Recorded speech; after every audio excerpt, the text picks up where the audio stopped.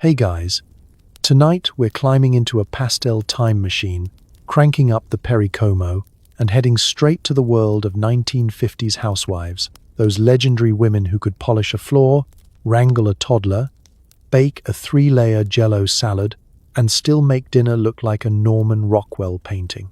But here's the twist. Beneath every perfect bouffant and floral apron was a secret weapon, stronger than Tupperware, amphetamines. Yes, tonight we're talking about why 1950s housewives were all, quite literally, running on speed.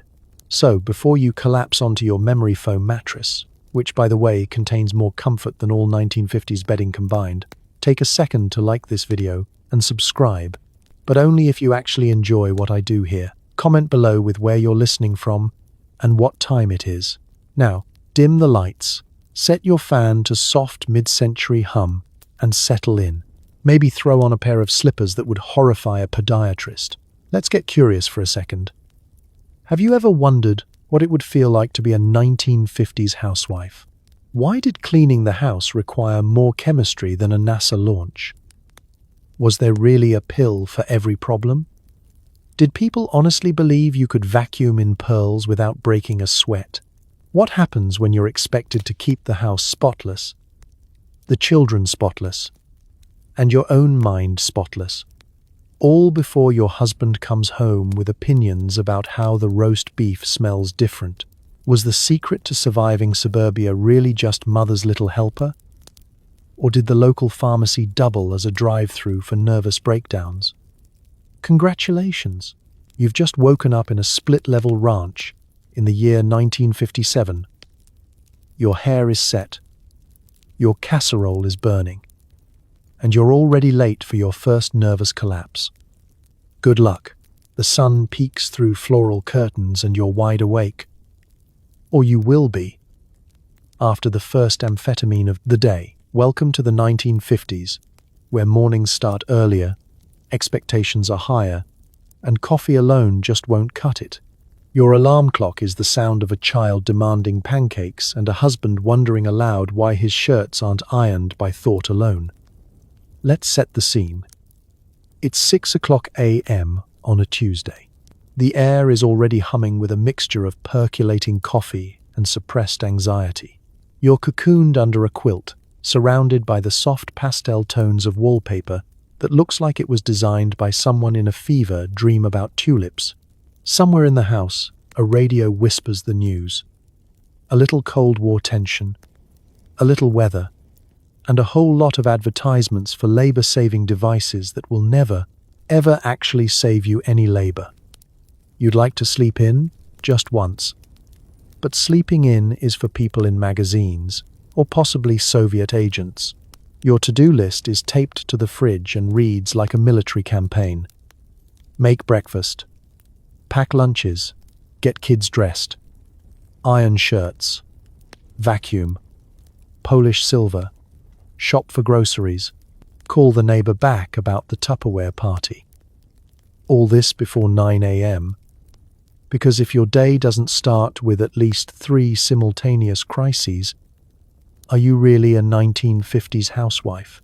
But you have a secret weapon. In your nightstand drawer, tucked between a handkerchief and a copy of Better Homes and Gardens, is a small bottle of magic, amphetamines, prescribed by the family doctor who thinks you look a little tired but never actually asks why. The bottle promises pep and energy. But what it really means is you'll soon be able to clean a bathroom with the force of a tropical storm. You pop a pill with your first glass of orange juice. Fresh squeezed, of course, because the grocery store only sells frozen concentrate to communists. Now the gears begin to turn. Your brain sharpens, your body wakes up, and suddenly you're moving like someone in a detergent commercial. The house isn't going to tidy itself. And let's be honest, if it did, you'd just have to find something else to perfect. The children emerge, rumpled and grumpy, and you're already 2 steps ahead. Breakfast is on the stove, lunches are in progress, and the dog's been walked, brushed, and possibly alphabetized. It's important to remember that you're not alone. Somewhere, in every house on your block, there's another woman in a robe and slippers, staring at her own reflection and wondering if she's got what it takes to survive another day. The difference between you and her? Probably just a few milligrams of synthetic enthusiasm, dispensed in a mint green pharmacy bottle. Your husband, groggy and blissfully unaware of the chemical ballet happening in his own home, shuffles into the kitchen. He expects eggs, not scrambled, not fried, but somehow both.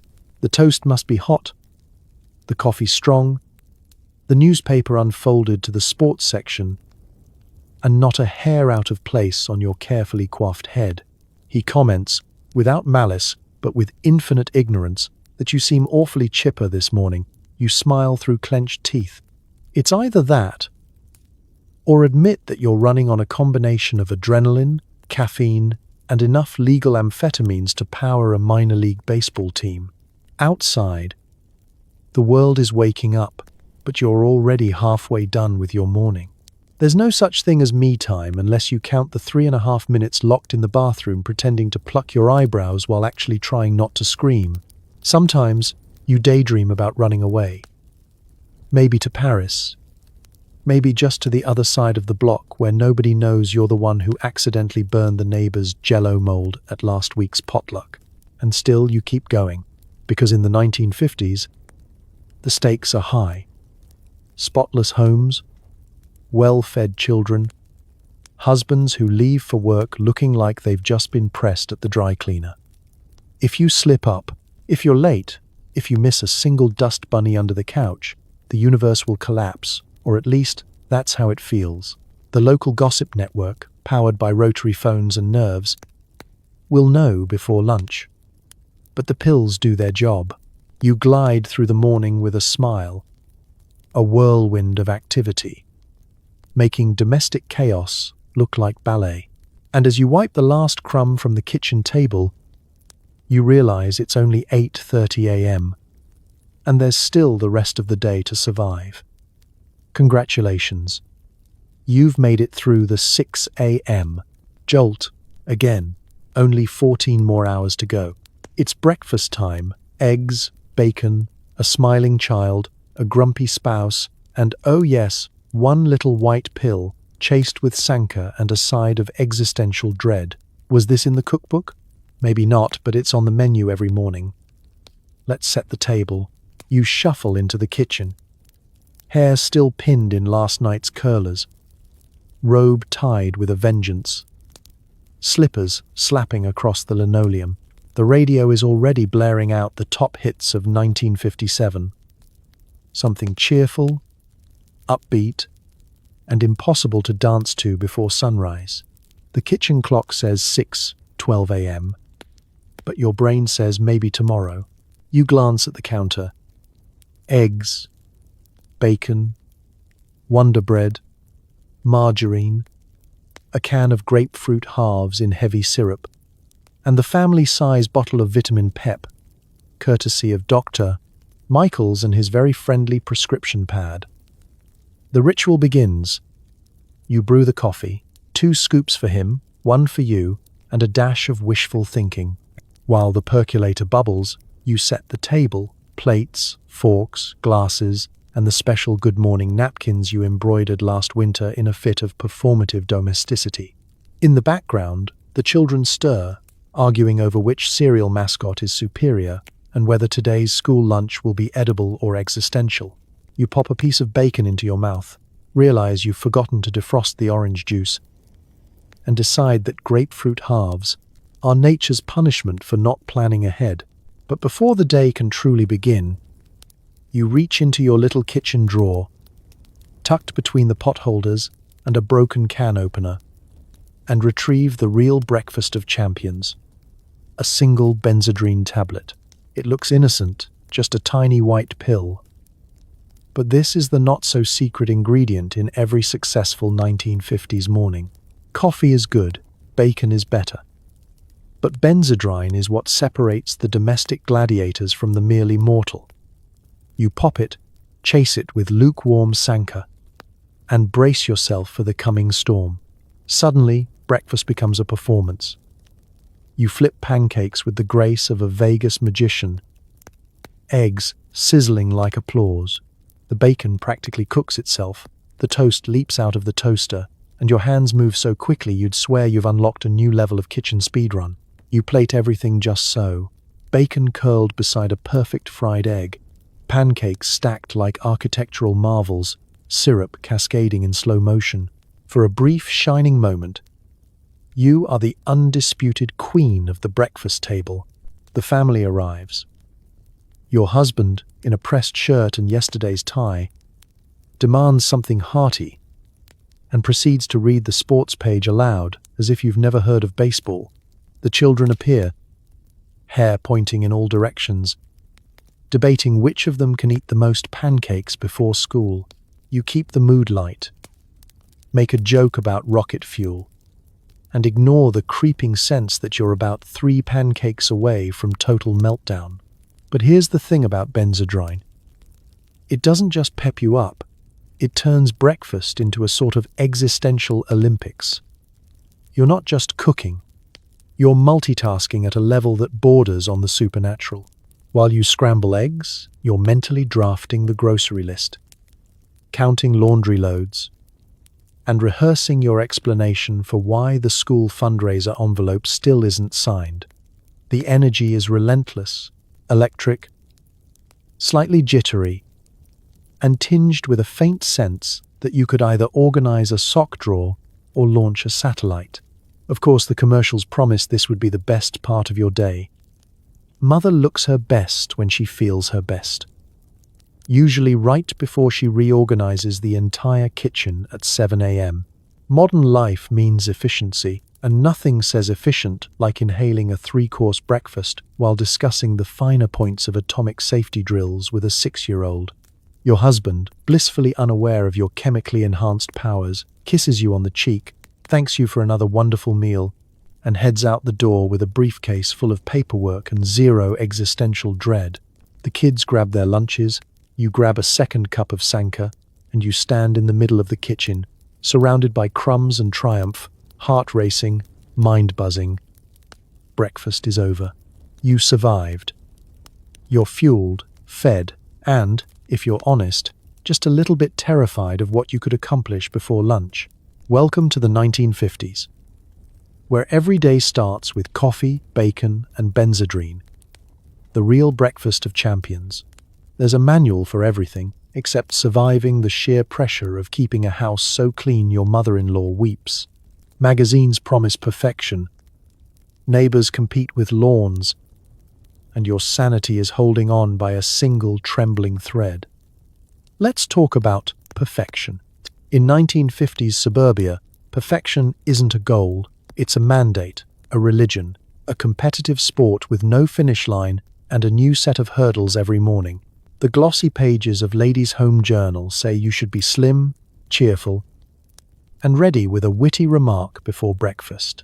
Your kitchen must gleam, your children must sparkle, and your marriage must look effortless, even when your spouse spends all evening talking to his ham radio and you're fairly certain the neighbor's roses are fake. The pressure starts before you even get out of bed. You lie there, staring at the ceiling, planning your day down to the minute. Vacuum at 7:15. Call the school at 8:05. Make sure to have lipstick on by 8:30, in case the milkman is running early and needs to witness your natural beauty. There's no margin for error. A missed spot of dust is a moral failing. A crooked curtain, a sign of weak character. Why, if the president himself stopped by for tea, you'd better be ready to whip up a bundt cake and a foreign policy opinion on short notice. Of course, you aren't just competing with yourself. The true opponents are all around you. The neighbors, each one striving for the cleanest windows, the greenest grass, the most symmetrical hedges, misses. Henderson across the street puts out her trash in matching pastel cans. The Petersons have a mailbox so shiny it might double as a small aircraft beacon. Every child in the neighborhood is an honor student, a Cub Scout, or a tap-dancing prodigy. Their mothers? Olympic-level coaches in the art of keeping up appearances. And just when you think you're catching up, The magazines move the finish line. 1 month, it's all about crocheted doilies and apple pie. Next month, it's Danish modern furniture and casseroles involving 10 kinds of cheese. You're supposed to redecorate the living room, invent a family tradition, and look 3 pounds thinner, all before your husband comes home and notices the new lamp is actually just the old lamp with a bow on it. It doesn't help that perfection is not just visible, it's expected to be effortless. There are rules about how much effort you're supposed to show. If you look too frazzled, people will talk. If you look too relaxed, people will talk even more. Why, I just don't know how you do it all, dear, is both a compliment and a subtle accusation. Like a gentle pat on the back from someone holding a report card. Behind closed doors, you are constantly calculating the optics of your own life. Is your apron too wrinkled? Is your child's hair too wild? Will the bridge club notice the chipped teacup? Or the existential dread? At any moment, someone might drop by. An event that strikes terror into the heart of even the bravest housewife. You wipe a single bead of sweat from your brow, straighten the magazines, and wonder for the 5th time this week whether normal people really keep their living rooms this tidy, or if they too have a junk drawer filled with things that make a suspicious rattling sound. And then there's your mother-in-law. She arrives, purse clutched, eyes scanning the baseboards for weakness, searching for a sign you're not up to snuff. She doesn't need to say anything. Her silence is withering enough. You hand her a slice of cake and pray she finds it moist. It's not approval you seek, it's survival. Still, you persevere. Because the unwritten rules of 1950s suburbia say that if you can't be perfect, you can at least look like you're trying. And maybe, just maybe, that's enough. You smooth your skirt. Take a deep breath. And remind yourself, the domestic Olympics never really end. But at least you've made it through another round with style. And possibly a little bit of speed. You'd think mopping was a competitive sport. You, in a housecoat and curlers, scrubbing like you're about to win gold. The secret weapon? Amphetamines. Suddenly, dusting feels like a mission, not a punishment. The kitchen clock ticks louder than it should, each minute a reminder that time is not your friend. It's 8 a.m., which means you're already late, by the standards of a 1950s housewife at least. The children have barely left for school. Your husband is halfway to the office. And you're eyeing the living room with the intense focus of someone about to storm Normandy. There's a spot on the coffee table. Is it a fingerprint or an existential threat? Either way, it's got to go.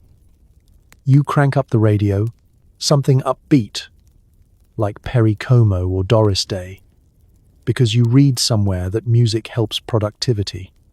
But honestly, it's the pills that are doing the heavy lifting. The familiar energy begins to hum through your veins. You've already downed a cup of coffee, or two. But now your hands are moving at twice the normal speed. Your mind skipping ahead to every chore, every corner, every secret crumb lurking beneath the fridge. Let's start with the vacuum. Modern marvel, symbol of American progress, and approximately the weight of a small anvil. You drag it from the closet, plug it in, and get to work. Zigzagging across the carpet with military precision. You dare a single dust bunny to survive. You hit every corner, every skirting board, and when the cord inevitably tangles around your ankle, you don't curse. You just keep moving, because you're a woman on a mission and the Hoover has met its match. From vacuum to mop, from mop to duster, there's a rhythm to this now, almost like a dance. The kitchen floor shines, the sink sparkles, the Formica counter gleams in the morning sun. Each reflection a little victory. You switch to the bathroom, scrubbing the tub with a ferocity that would frighten professional wrestlers. You organize the medicine cabinet, arrange the towels, wipe down the mirror, and pause only to question why toothpaste never stays in the tube. Cleaning in the 1950s isn't just about tidiness. It's about self-worth. The house is a reflection of you, your marriage, your standing in the neighborhood. A smudge on the window is a mark on your character. A streak on the silver is a moral failing. You wipe, polish, buff, and scrub because deep down you know the local gossip machine is powered by women who notice things, like the ring in your bathtub or the slight dusting of pollen on your windowsill. You cannot give them ammunition. Occasionally, your brain goes rogue, inventing new cleaning tasks just to keep the adrenaline flowing. Why not reorganize the linen closet by color? You think, as you stack towels with the focus of a librarian arranging rare manuscripts. You check the calendar, remember you promised cookies for the bake sale, and then clean out the fridge just for the satisfaction of banishing a wilted lettuce and 3 jars of mystery jam. There's no time to question your own logic. On speed, even the most tedious jobs are suddenly urgent, almost exhilarating. You find yourself on your hands and knees, toothbrush in hand, scrubbing grout as if the fate of the nation depended on your kitchen floor's whiteness. The phone rings. You answer it with a breezy good morning, while secretly calculating how long it will take to dust the baseboards before lunch. The cleaning never truly ends. But for a brief, shining moment, you stand in your living room, take in the gleam, and let yourself feel a flicker of pride. You did it. Again, the house sparkles, the air smells of lemon and soap, and your heart beats like a parade drum, all before noon. You are, for this moment, the undisputed champion of domesticity, the gold medalist of the morning cleaning frenzy. And tomorrow, you'll do it all over again. Every housewife is an entrepreneur now, pushing burpable plastic with the fervor of a Silicon Valley startup. If you've ever attended a party that felt suspiciously like a hostage situation, just add amphetamines for extra sparkle. It all starts with a cheery phone call from a neighbor. Let's call her Barbara, who just wants to invite you to a little get-together. You know what's coming. There's never just coffee and conversation. No. This is the front line of domestic capitalism. The Tupperware party. It's 1957, and the suburbs are practically vibrating with the sound of women hustling molded plastic. You're not just expected to attend, you're expected to buy, and, if you're unlucky, host the next one. Preparation begins days in advance. You clean the house like it's being inspected by the Queen of England, then spend hours debating which dress is festive but approachable. There's a mounting sense of competition. Whose deviled eggs will look the fluffiest, whose gel O-mold will actually set, and whose doilies are the most aggressively starched. You assemble trays of snacks, cheese cubes, olives, and a suspiciously ambitious tuna casserole, while rehearsing lines in the mirror.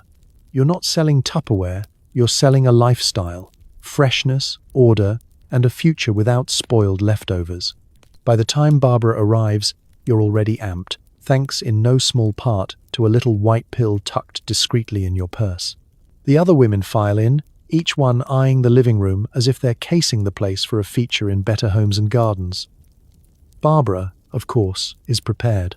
She's brought an arsenal, nested bowls, pastel cups, burpable lids, and that weird orange squeezer no one really knows how to use. She starts her presentation with a dazzling smile and a voice like a television announcer. You can feel the amphetamines working. They've turned your polite attention into a laser focus on the miraculous world of airtight storage. Just listen to this, Barbara says, snapping a lid onto a container with a satisfying pop.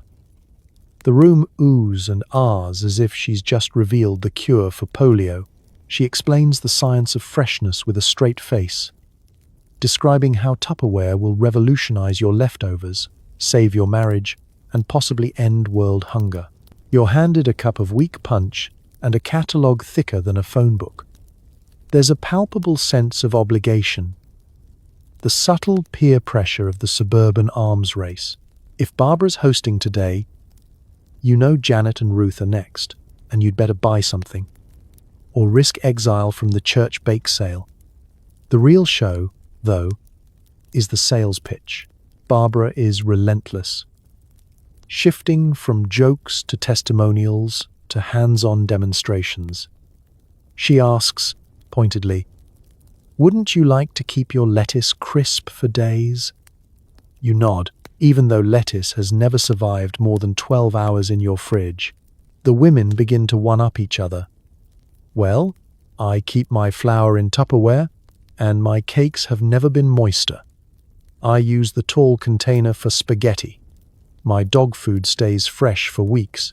It's less a conversation and more a chorus of product evangelism. You wonder if anyone has ever actually used the celery keeper, or if it's just suburban folklore. Soon enough, the order forms come out. You panic.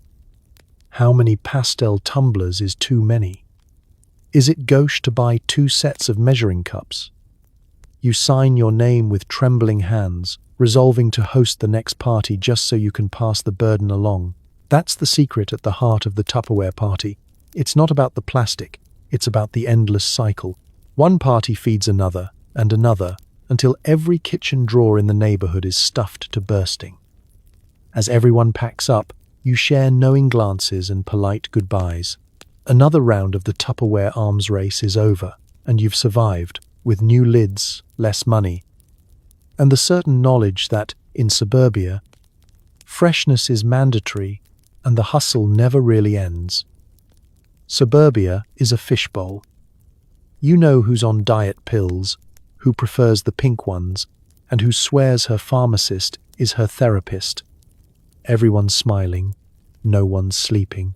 Let's step outside for a moment. The air is thick with the scent of fresh-cut grass, and if you listen carefully, you can almost hear the hum of secrets buzzing between the clotheslines. In the 1950s, nothing travels faster than a rumor. Except, perhaps, a housewife who's double-dosed her morning pep pills and just remembered she left the iron on. Neighborhoods are tight-knit, tidy, and absolutely electric, with the constant, unspoken competition for perfection. But beneath the carefully clipped hedges and matching station wagons is a world of whispered stories and covert glances. The daily parade begins early. You wave at your neighbor, Ruth, who's already hosing down her driveway for the second time before 9 a.m. Ruth claims she's just naturally energetic, but everyone knows she's on the yellow ones. Down the block, Janet jogs past in full makeup, purse swinging like a metronome, stopping only to adjust her headscarf and chat with the mailman for the 3rd time this week. The truth is, nobody's fooling anyone. Everyone is tired, everyone has nerves, and everyone has a friendly doctor willing to prescribe something just to help out. It's an open secret. You can spot the subtle cues. The woman whose windows are always streak-free. The one who alphabetizes her soup cans. The one who never seems to blink. You wonder what color her pills are. At the PTA meeting, the conversation is bright, fast, and occasionally derails into wild tangents about laundry, school lunches, or the superiority of vacuum cleaner attachments. Meanwhile, in the back row, someone is discreetly comparing pharmacy recommendations. Dr. Lawson is good for the blue ones, but Dr. Mills gives you the real strong stuff. Just don't mention the night sweats. Of course, gossip isn't just about pills. It's about everything. Who lets their kids run wild? Who's behind on the mortgage?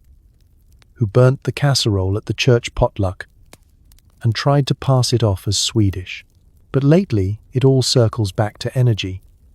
Who has it? Who fakes it? And who's barely holding it together behind those thick-framed glasses? There's camaraderie in the competition. Everyone is striving for the same impossible standard. And the gossip is a way to both judge and connect. If you know what someone's taking, you know how to measure your own efforts. Oh, she's on the green ones? That explains the hedges. Pharmacies double as social hubs. There's a certain choreography to picking up your prescription, standing in line behind your neighbor, pretending to read the greeting cards while you sneak glances at her bag. The pharmacist knows everyone's secrets, dispensing pills and platitudes in equal measure. "How's the garden, Mrs. Wilson? Still up all night weeding?" "Yes, thank you. I just can't seem to slow down." You both know exactly why. The gossip, of course, never rests. It travels by phone. Those long spiral cords stretching around corners as women share updates in hushed tones. It's a chain of confession, comfort, and subtle one-upmanship. "Did you hear about Helen?" Switch to the new brand. "Says she hasn't slept since Tuesday." You laugh, but inside you're calculating whether your own stash will get you through the week. There's reassurance in the shared absurdity. Everyone's pretending, and everyone's in on the joke. Still, there's a darker side. Underneath the manic energy and pastel smiles, there's the silent terror of slipping behind, of being the one who can't keep up. The parade never ends. The expectations never fade. And if you stop for even a moment, the gossip will circle, like sharks smelling blood in chlorinated water.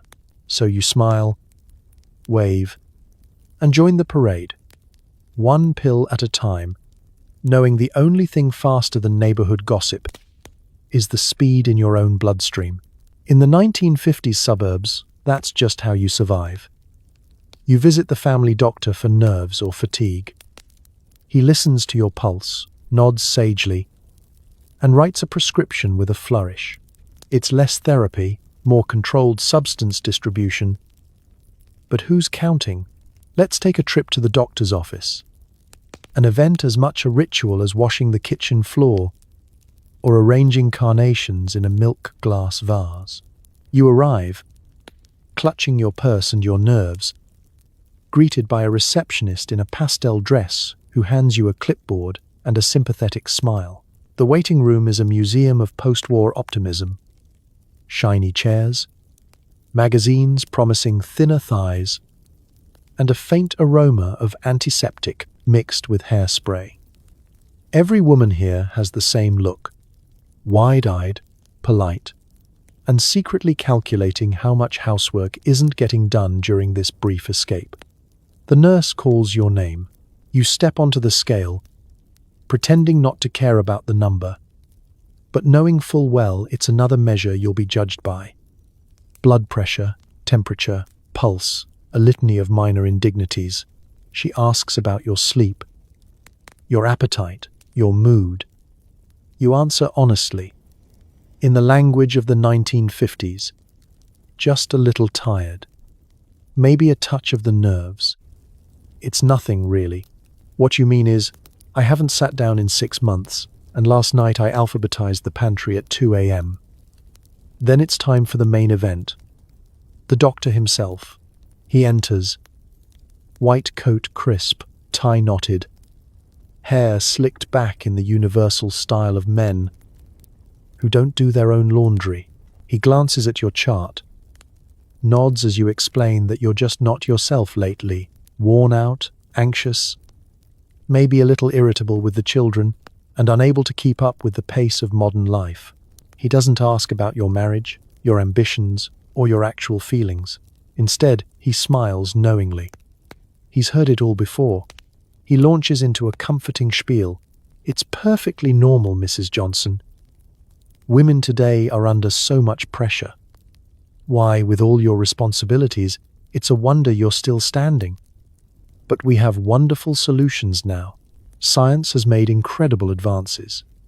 He says the words science and modern medicine as if they're magic spells that will banish all doubts. Out comes the prescription pad, as reliable as sunrise. A few quick scribbles and you're the proud owner of a month's supply of Mother's Little Helper, amphetamines, maybe with a bonus tranquilizer thrown in for good measure. There's no talk of side effects, no warnings about dependency, just a cheerful reassurance that this will pick you right up and maybe even help you drop a few pounds. If you don't, I mind my saying so. The whole exchange takes less time than buying a loaf of bread and is about as personal. You leave with a slip of paper that promises energy, order, and a return to the self you're expected to be. Sparkling, tireless, forever pleasant. On your way out, you stop by the pharmacy, where the pharmacist fills your order with the same discretion as a priest hearing confession. The bottle is handed over in a small paper bag, labeled "Take as needed," which is delightfully vague. As needed by whom? You? Your husband? The entire PTA? No one seems to mind. Outside, you sit in your car, prescription in hand, feeling a strange cocktail of relief and resignation. You know every woman in your book club has a similar bottle tucked in her purse. No one talks about it openly, but everyone's in on the secret. It's the silent bond of 1950s motherhood. When nerves fray, when energy flags, when life becomes a blur of chores and expectations, the doctor will see you now, and so will his little helpers. Back home, you tuck the bottle into your medicine cabinet, next to the aspirin and the cold cream. Maybe you'll feel more like yourself tomorrow. Maybe you'll finally catch up. Or maybe, like every other woman on your block, you'll just survive another day, one tiny white pill at a time. It's only 10 a.m. You've changed 3 diapers, baked a cake, arranged the living room pillows by color, and started questioning the meaning of life.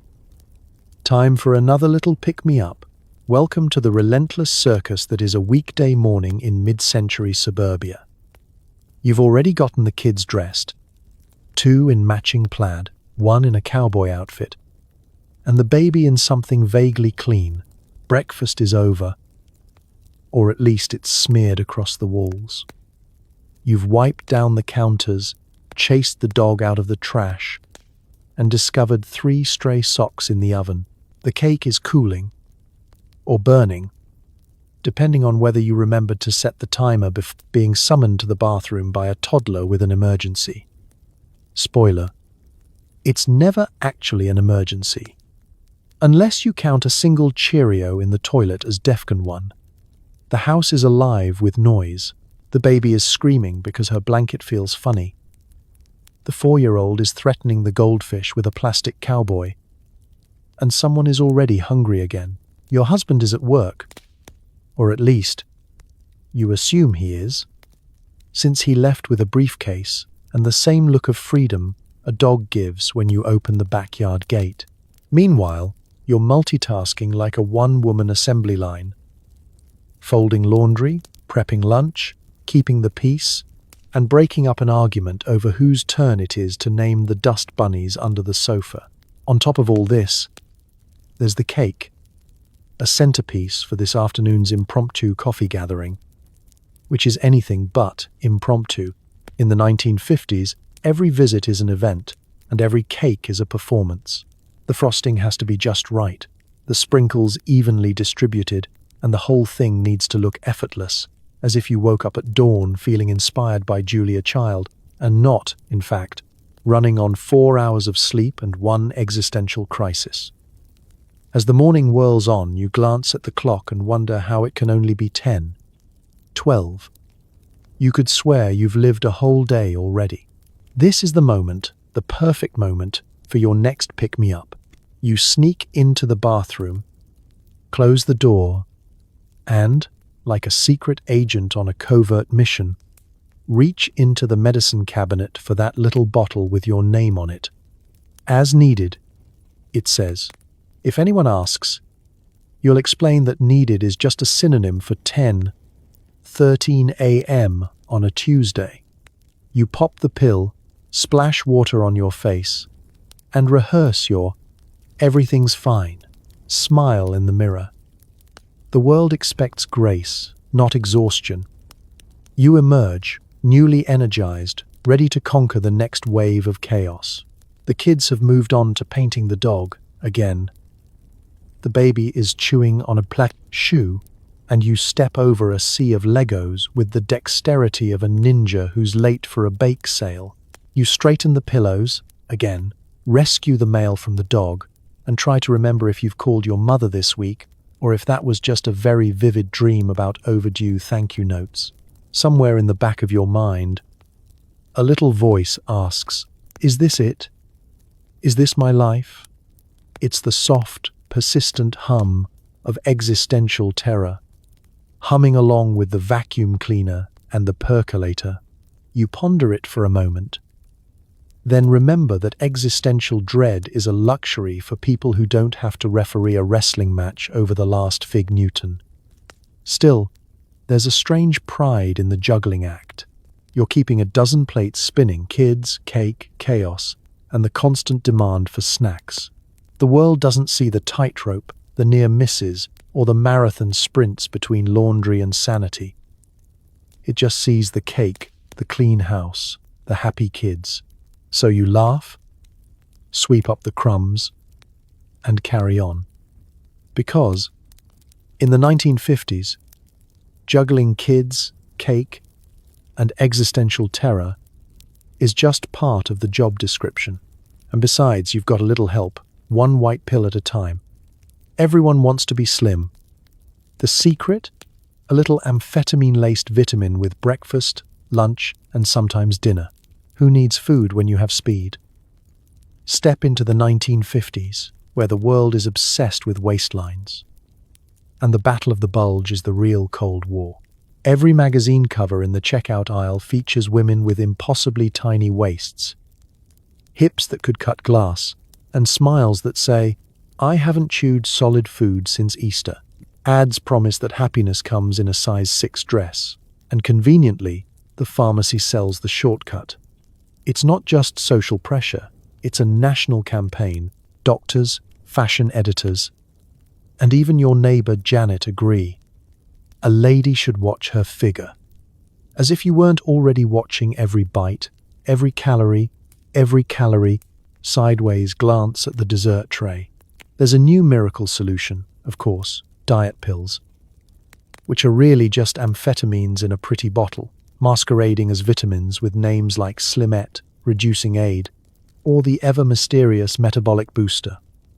Every morning, right after your coffee, and before your second round of toast, you take your appetite suppressant. The pill's job is simple. Convince your brain that food is optional. Hunger is a personality flaw, and thinness is next to godliness.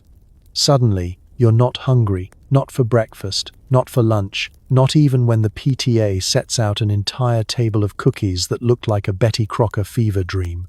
Instead, you're polishing the silver, organizing the pantry, and alphabetizing your spices, running on a nervous energy that feels equal parts accomplishment and existential crisis. You're not alone, of course. The entire block is secretly supplementing their willpower with a little chemical reinforcement. Ruth down the street is on the green pills, which she swears speed up her metabolism, but mostly just make her paint the garage at midnight. Carol prefers the pink ones, less jittery, more cheerful, with the added bonus of making her forget about lunch altogether. At Bridge Club, everyone's sipping Diet Right cola and pretending the plate of celery sticks is just what they were craving. No one touches the cheese puffs. They're for the kids, who, ironically, get to eat whatever they want. The magazines, of course, are no help. Each issue offers a new miracle food, a new set of exercises, and at least 3 diets with conflicting rules. Grapefruit for breakfast, cottage cheese for lunch, steak and air for dinner. There's the Hollywood diet, the Scarsdale diet, and the suspicious hot dog and cabbage diet, which is both a menu and a warning label. The only constant is the quiet understanding that if you're hungry, you're probably doing it wrong. Somewhere between the hunger pangs and the light-headed afternoons, you notice your dresses fit looser. Your mother-in-law, ever vigilant, comments, "You're looking so slender, dear. What's your secret?" You smile politely and mutter something about just being busy, as if you weren't operating on the nervous system of a caffeinated squirrel. Of course, there's a downside. The appetite suppressants don't just take away hunger, they take away sleep, peace of mind, and sometimes your patience for small children waving cookies under your nose. At night, you lie in bed, staring at the ceiling, wondering if you've finally achieved the right shape, or if you've just hallucinated yourself into a new dress size. Your stomach growls, but you ignore it. The real hunger is for approval, for a compliment, for a day when you can eat a sandwich without guilt. Still, you carry on, because in the 1950s, thin is in, appetite is out, and the solution to every diet problem is just one little pill away. Calories are the enemy. The bathroom scale is judge and jury. And hunger is just another feeling you're supposed to rise above. The age of the appetite suppressant is here. Bon appetit. Or maybe not. You haven't blinked in 40 minutes, and every shirt in the house is crisp enough to cut glass. Ironing is now an aerobic activity, and you're the undisputed queen of the wrinkle-free. Welcome to the glamorous, steamy battleground of the 1950s laundry room, where the iron never cools and the pile of wrinkled shirts breeds like rabbits. For the modern housewife, ironing isn't just a chore. It's a moral imperative. Wrinkles are weakness. Creases are character. And no child shall step foot in school unless their collar could double as a ruler. The good news? You have a secret weapon, prescribed by your very own doctor and tucked discreetly behind the starch. Good old amphetamines. With just a little chemical encouragement, you're ready to conquer Mount Laundry and win gold in the Olympic event of pleat perfection. It begins innocently enough. After breakfast, you set up the ironing board, fill the iron with water, and survey the day's challenge. 5 shirts, 3 pairs of pants, 2 blouses, and a tablecloth with more creases than the Sahara. The radio hums along, and the window lets in a rectangle of cheerful morning sunlight, but you are focused, sharper. It's not just the caffeine. It's the little helper you popped after cleaning the kitchen. A pep pill to transform ironing from dull monotony into a one-woman show of speed, skill, and relentless optimism. Suddenly, the iron glides. You press, steam, and smooth with military precision. Lost in the hypnotic rhythm of fabric and heat, the smell of freshly pressed cotton mingles with the sharp, clean scent of starch. Each shirt is transformed from a crumpled heap into a badge of suburban pride. You wield the iron like a conductor's baton, orchestrating the transformation of chaos into order. The shirts stack up. White, blue, plaid, all perfectly crisp, all awaiting their moment of glory. Time vanishes. You haven't checked the clock in ages, but your hands move on autopilot, guided by a strange, wonderful sense of purpose. You iron sleeves with the care of an artist, flatten collars until they could slice bread, and put an extra crease in your husband's pants just to show off. At one point, you iron a napkin into the shape of a swan and wonder if this is how Martha Stewart got her start. The radio announcer reminds you it's almost noon, but you're not tired, not even close. In fact, you feel like you could iron every sheet in the Tri-County area and still have energy left for a brisk walk around the block. Of course, perfection comes at a price. You've developed an eagle eye for imperfections. A single wrinkle becomes a personal affront. You re-iron shirts you've already ironed, just to be sure. The family knows to keep their distance. The children learn to appreciate the subtle art of not wrinkling their Sunday best before leaving the house. Your husband, blissfully unaware of the high-stakes drama unfolding in the laundry room, simply nods with approval as he buttons a shirt so sharp it could deflect negative comments from his boss. There's a meditative quality to it all.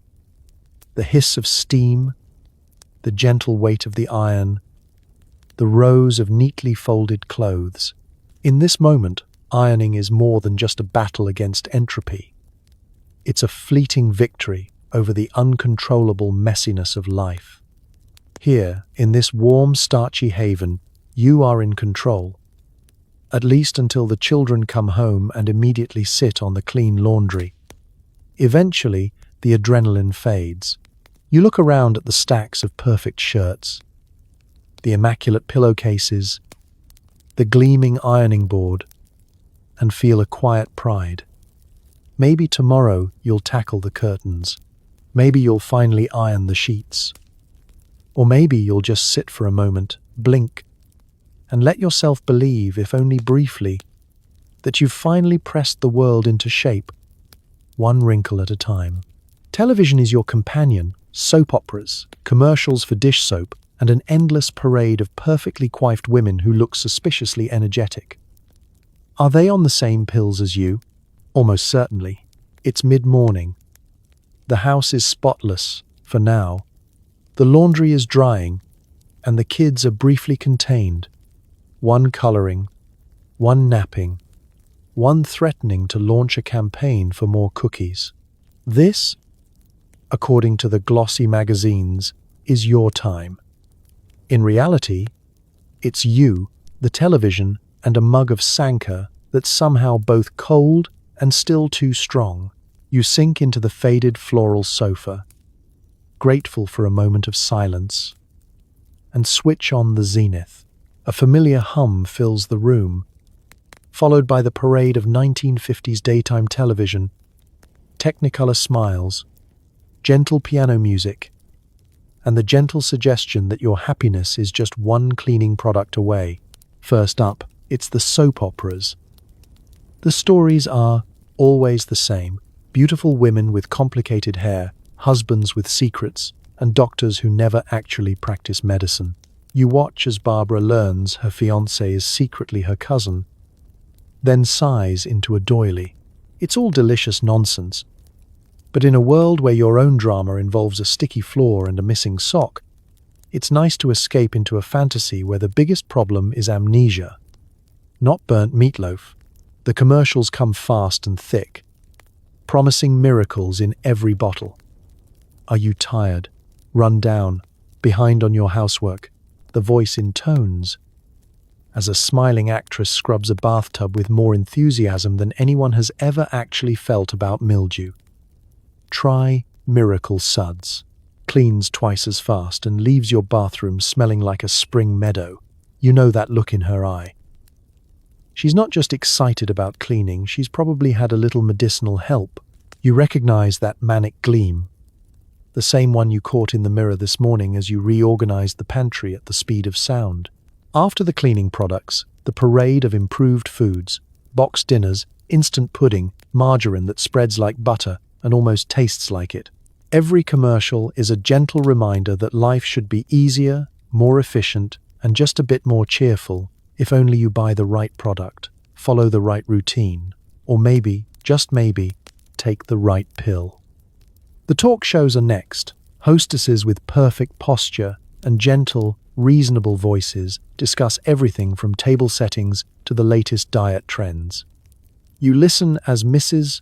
Peterson from Indiana explains how she lost 20 pounds on Dr. Stanley's new figure plan, which, based on her unblinking gaze and relentless optimism, you suspect involved more than just cutting out cake. The audience claps politely. You sip your coffee and wonder if your heart is supposed to beat this fast. Children's programming drifts in by late morning, a symphony of puppet voices, sing-alongs, and cartoon animals with suspiciously complex moral dilemmas. Your toddler is captivated. You are less so, though you find yourself humming the theme song to Mr. Froggy's Fun Parade while scrubbing yesterday's spaghetti from the linoleum. Through it all, television is a constant companion, a friend, a lifeline, and sometimes a gentle rival for your attention span. You watch the parade of commercials, game shows, and melodramas through a gentle chemical haze, comforted by the sense that somewhere, in some pristine TV studio, other women are living your life, only with brighter lighting and a larger cleaning budget. You catch yourself daydreaming about winning the grand prize on a quiz show, a year's supply of soap, and a weekend alone in a hotel room with blackout curtains and no ironing board. Eventually, you turn off the TV and rise from the sofa, gently buzzing, slightly entertained, and more than a little envious of the woman on screen whose only job is to look radiant and sell hand cream. Real life resumes. The day marches on, and you head back into the fray, one jingle, one pill, and one perfectly coiffed smile at a time. Pharmacies in the 1950s. Part medical facility, part speakeasy, part confessional booth. The pharmacist knows everything, dispenses more amphetamines than advice, and never judges. It's noon, the sun is bright, and the errands are calling. At the top of the list, right above bread, milk, and another can of mushroom soup, is the daily pilgrimage to the neighborhood pharmacy. You might say you're just picking up a prescription or a bottle of cough syrup. But in suburbia, the pharmacy is as much a social hub as the church or the beauty parlor. The place buzzes with low-level secrets and the faint, reassuring smell of rubbing alcohol and bubble gum. You walk through the door, greeted by the jingle of a bell and a chorus of, "Well, good morning," from Mrs. Jensen, who's already in line with a bag of mysterious ointments. Behind her, Ruth gossips, softly about the PTA, glancing at the rack of greeting cards to make sure no one's eavesdropping. The pharmacist, Mr. Andrews, stands behind the counter in his spotless white coat, ready to offer you the kind of advice that never quite answers your questions. There's a rhythm to these visits. You peruse the shelves, picking up a bottle of vitamins you don't need, a tin of mints for the kids, and a magazine with a picture of a woman smiling at a salad. But you're really here for your prescription. The one tucked into a little paper bag with your name written in careful script. The exchange is discreet, almost ceremonial. You give Mr. Andrews a knowing look. He nods and slides the bag across the counter as if handing you the nuclear codes. "Feeling better?" he asks quietly, which is less a medical question and more a coded message. The truth is, you're not sure. But the pills work. Or at least, they make you fast enough to keep up with the house, the kids, and your own relentless standards. He offers a sympathetic smile, then moves on to Mrs. Jensen, who's explaining that her husband's allergies are worse than ever, bless his heart. The pharmacy is where you catch up on everything that matters, and nothing at all. It's not just about medicine. It's about news, connection, and a certain kind of suburban therapy. You overhear Ruth whispering about Janet's new pet prescription, the one she swears by for energy and appetite control. It's the pink ones this time. Doctor says they're all the rage. You nod, pretending you're only half listening. But everyone knows everyone's business anyway. Secrets don't last long, especially not between the vitamins and the foot powder. Outside, the world moves at a gentler pace. But inside the pharmacy, time seems to bend. You linger by the makeup counter, test a coral lipstick, and contemplate a bottle of lavender bath oil you know you'll never use. The magazines beckon with promises of instant happiness, 10-minute dinners, and the latest Hollywood scandal. You leaf through the pages, half present, half floating in the calm haze of a ritual that soothes as much as it enables. Before you leave, you make the rounds, chatting with the other women, swapping casserole recipes, comparing notes on school plays, bake sales, and the rising price of eggs. Someone mentions the new pharmacist at the branch on Main Street, and there's a collective pause. He's nice, but he doesn't know the routine. You all nod, secure in the knowledge that Mr. Andrews is a keeper of confidences, a silent partner in every domestic triumph and chemical shortcut. With your prescription in your purse and your head buzzing with 100 half-finished conversations, you step out into the sunlight, ready to tackle the rest of your day. The errands continue. The world resumes its spin. But for a moment, you've been part of the great suburban pharmacy ritual. A daily confession, a brief escape, and the unspoken assurance that, at least in this small corner of the world, everyone is in it together. one little white pill at a time. Household finances require focus. Thankfully, your brain is running at 78 RPM, and your hands can balance a checkbook and rearrange the pantry simultaneously. It's early afternoon, which in 1950s suburbia means two things. The children are either napping or attempting to stage a coup in the backyard, and you, armed with a pencil, a pile of receipts, and enough artificial energy to power a blender, are about to tackle the weekly budget. The kitchen table transforms into a war room. Out come the checkbook, the calculator, a stack of utility bills, and a notebook with columns so straight, even the IRS would nod in approval. On the radio, a cheerful announcer insists that saving for the future is just a matter of discipline. If only he knew. You glance at the neat row of glass jars on the windowsill, each labeled for a different category: groceries, milk, laundry, emergencies, and the ever-optimistic vacation fund. Last week, you raided that jar for milk money and never put it back. The guilt lingers, but so does the fantasy of one day seeing the ocean, or at least a hotel with room service. You take a deep breath, feeling the amphetamines begin to peak. Suddenly, the numbers make sense. Columns align. Addition is effortless. And you can remember the price of bread from 3 months ago. You pay the gas bill, make a note about the rising price of eggs, and cross-reference your grocery list with the coupons stuck to the fridge. Multitasking is easy when your thoughts are zipping along like cars on the interstate. You feel like a living, breathing spreadsheet, organized, relentless, and just a little bit haunted by the possibility of overdrawing the account. Meanwhile, you're still running the household orchestra. While balancing the checkbook, you stir a simmering pot of soup, separate fighting children with a single raised eyebrow, and answer the phone. "No, Ruth. I can't host bridge this Thursday.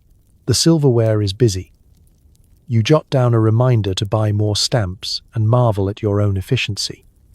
At this rate, you could probably solve world hunger. If only someone would send you the receipts. But there's an undercurrent of anxiety to every calculation. Every penny has a destination. Every purchase is a negotiation.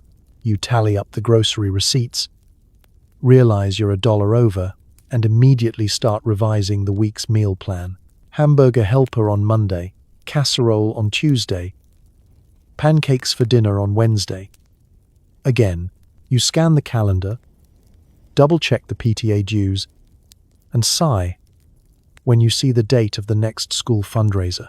You pencil it in with the resigned energy of someone who knows every raffle ticket sold is one less scoop of real ice cream for the kids.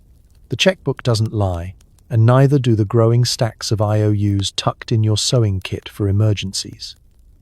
But there's a strange pride in keeping everything running. Even when the math gets creative, you sharpen your pencil, adjust your glasses, and double-check the totals, just in case the amphetamines are making you too optimistic. Is that really a 7, or just your hand shaking? Sometimes, your heart races as the totals dance in front of your eyes. You're never quite sure if it's the caffeine, the pills, or the slow creep of adult responsibility. But you persevere. You balance the checkbook, tape another receipt to the inside of the pantry, and tell yourself you're not just surviving. You're managing, orchestrating, holding it all together with equal parts tenacity and chemical assistance. By the time the kids crash through the back door, covered in grass stains and wild ideas, you've reconciled the accounts, revised the budget, and planned tomorrow's meals. You close the checkbook with a satisfied snap, heart pounding but head clear. Another victory for suburban mathematics and modern medicine. A balancing act that keeps the lights on, the fridge full, and your pulse somewhere above the speed limit. It's 3:00 p.m. You're idling in a Chevy, clutching the steering wheel and plotting the most efficient route through the after-school chaos. It's not road rage. It's just the diet pills talking. There's a peculiar kind of tension in the air, one you can almost see shimmering above the row of station wagons lined up outside the elementary school. The mothers of suburbia sit, engines running, radios murmuring, all eyes glued to the double doors like cats at a canary convention.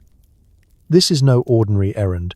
This is the suburban Grand Prix, the school pickup line, where patience is a virtue and lane discipline is a myth. You tap the dashboard with nervous fingers, mentally rehearsing the choreography. The school bell rings at 3:05, which means you have precisely 5 minutes to inch forward, claim your spot, and avoid getting boxed in by Ruth's monstrous Oldsmobile. There's a pecking order here, carved in stone by years of unspoken rules and silent alliances. Janet always arrives early and stakes her claim with a Tupperware tumbler of iced tea perched on the hood, signaling that she's not moving for anyone. Carol, meanwhile, is perpetually late, sailing in with seconds to spare, windows down, music blaring, her chaotic energy both awe-inspiring and deeply annoying. Your brain, turbocharged by a late afternoon pep pill and 2 cups of lukewarm Sanka, is firing on all cylinders. You calculate alternate routes, scan for hazards, toddlers, bicycles, the PTA president with another fundraising form, and keep one eye on the rearview mirror. The children haven't even emerged yet, but the competition has already begun. The unspoken contest. Who can pick up their kids, collect all the backpacks, and escape the parking lot first, without resorting to violence or running over a crossing guard. Inside your car, the radio crackles out advice from a cheerful DJ. Don't forget, folks, safety first. But outside, it's a free-for-all. Engines rev, tempers flare, and the windows fog up with anticipation. You spot Barbara, the queen of carpool organization, already corralling 3 kids and a science project that looks suspiciously radioactive. She flashes you a smile, but you both know what's at stake. Dignity, pride, and, if you're lucky, a smooth getaway. Finally, the doors fly open and a tidal wave of children spills forth, waving construction paper masterpieces and half-eaten apples. You squint, trying to identify your own offspring in the blur of identical plaid shirts and cowlicks. As the line inches forward, you spot your youngest, wrestling with a backpack and a questionable art project. You lean out the window, waving with the energy of a game show contestant, and call their name just loud enough to embarrass but not mortify. The loading process is a masterclass in efficiency. Doors pop open. Kids tumble in, and you field a barrage of simultaneous requests. Snacks, money for the book fare, an explanation for why everyone else's mom brings homemade cookies. You hand out graham crackers, dodge spilled juice, and crank up the air conditioning. All the while, your pulse is still tapping out Morse code, courtesy of your pharmaceutical booster. Escape is the next challenge. You scan for gaps in the line, gauge the speed of the minivan behind you, and offer up a silent prayer to the gods of right-of-way. There's always that one dad in the pickup truck who ignores the order of things, cutting through the lot like he's auditioning for a demolition derby. You grit your teeth, grip the wheel, and slip into traffic, victorious for now. Back home, you unload kids, backpacks, and rogue snacks. Your heart is still racing, your mind already on the next task. Homework, dinner, damage control. The pickup line is over, but the real marathon continues. In the world of 1950s suburbia, sometimes survival means outmaneuvering the other moms, one caffeine-fueled victory lap at a time. Every dinner is a production. Meatloaf, Jell-O, and 3 vegetables, no 2 alike. If you run out of energy, there's always another little helper in the kitchen drawer. It's 4:30 p.m., the witching hour for housewives everywhere. You stand in the kitchen, surrounded by the raw materials of domestic achievement, ground beef, cans of cream of mushroom soup, limp celery, and enough potatoes to sculpt a replica of Mount Rushmore. The pressure is on. Dinner isn't just a meal. It's a nightly test. A grade on your report card as a wife, mother, and budding culinary artist. Tonight's challenge: make it all look effortless, delicious, and vaguely inspired by something you saw in Good Housekeeping, even if the only thing you remember is that the featured house had double ovens and 3 servants. You roll up your sleeves, tie on a starched apron, and take inventory.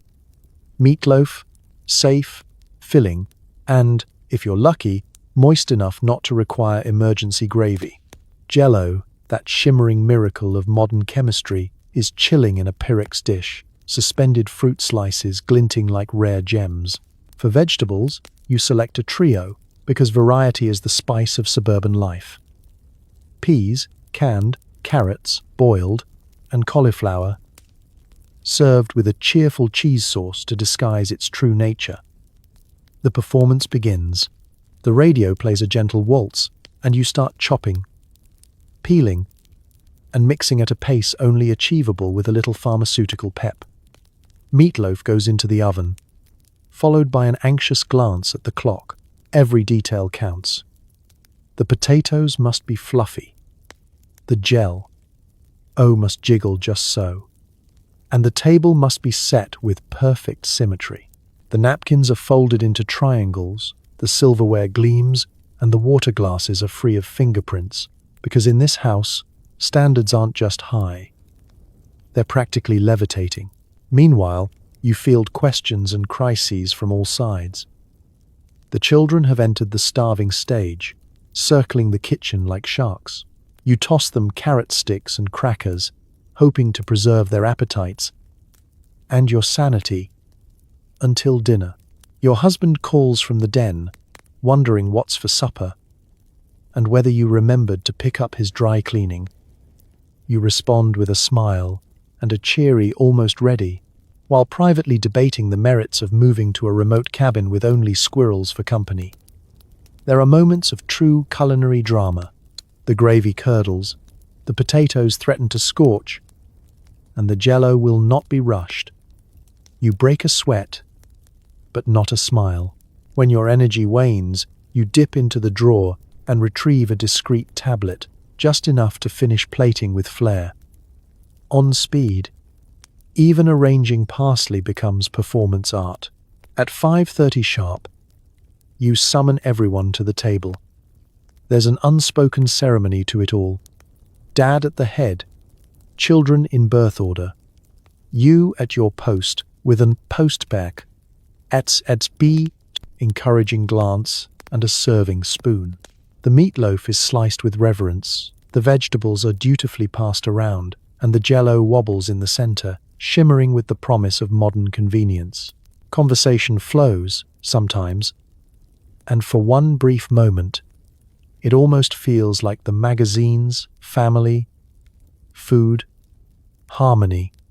But behind the scenes, you're still juggling, refilling glasses, mopping spills, intercepting peas that roll off plates. You field complaints about the color of the carrots, referee arguments over who got the biggest slice, and cut the meatloaf into shapes for the child who's decided they're only eating squares this week. As dinner ends, you survey the table, half-eaten vegetables, empty plates, a few globs of Jell-O. The applause is silent but understood. Another meal, another performance, another day survived in the bright, relentless spotlight of 1950s domesticity. You clear the dishes, untie your apron, and congratulate yourself. In this kitchen, every dinner is a triumph. Every night, a small standing ovation.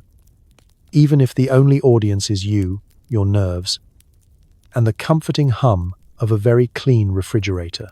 Your husband comes home. Is dinner ready? Is your hair perfect? Is your smile too wide? There's no margin for error. Good thing you're chemically incapable of fatigue. It's 4:55 p.m. The air in the house is heavy with the scent of meatloaf, scorched peas, and lemon-scented floor polish. There's a certain nervous crackle, the kind you feel before a surprise quiz or a visit from the head mistress. The children have been corralled and wiped clean.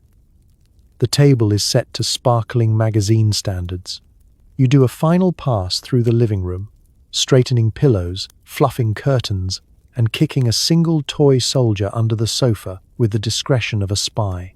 You smooth your skirt, dab on a little more lipstick, and check your hair for stray pins or existential dread.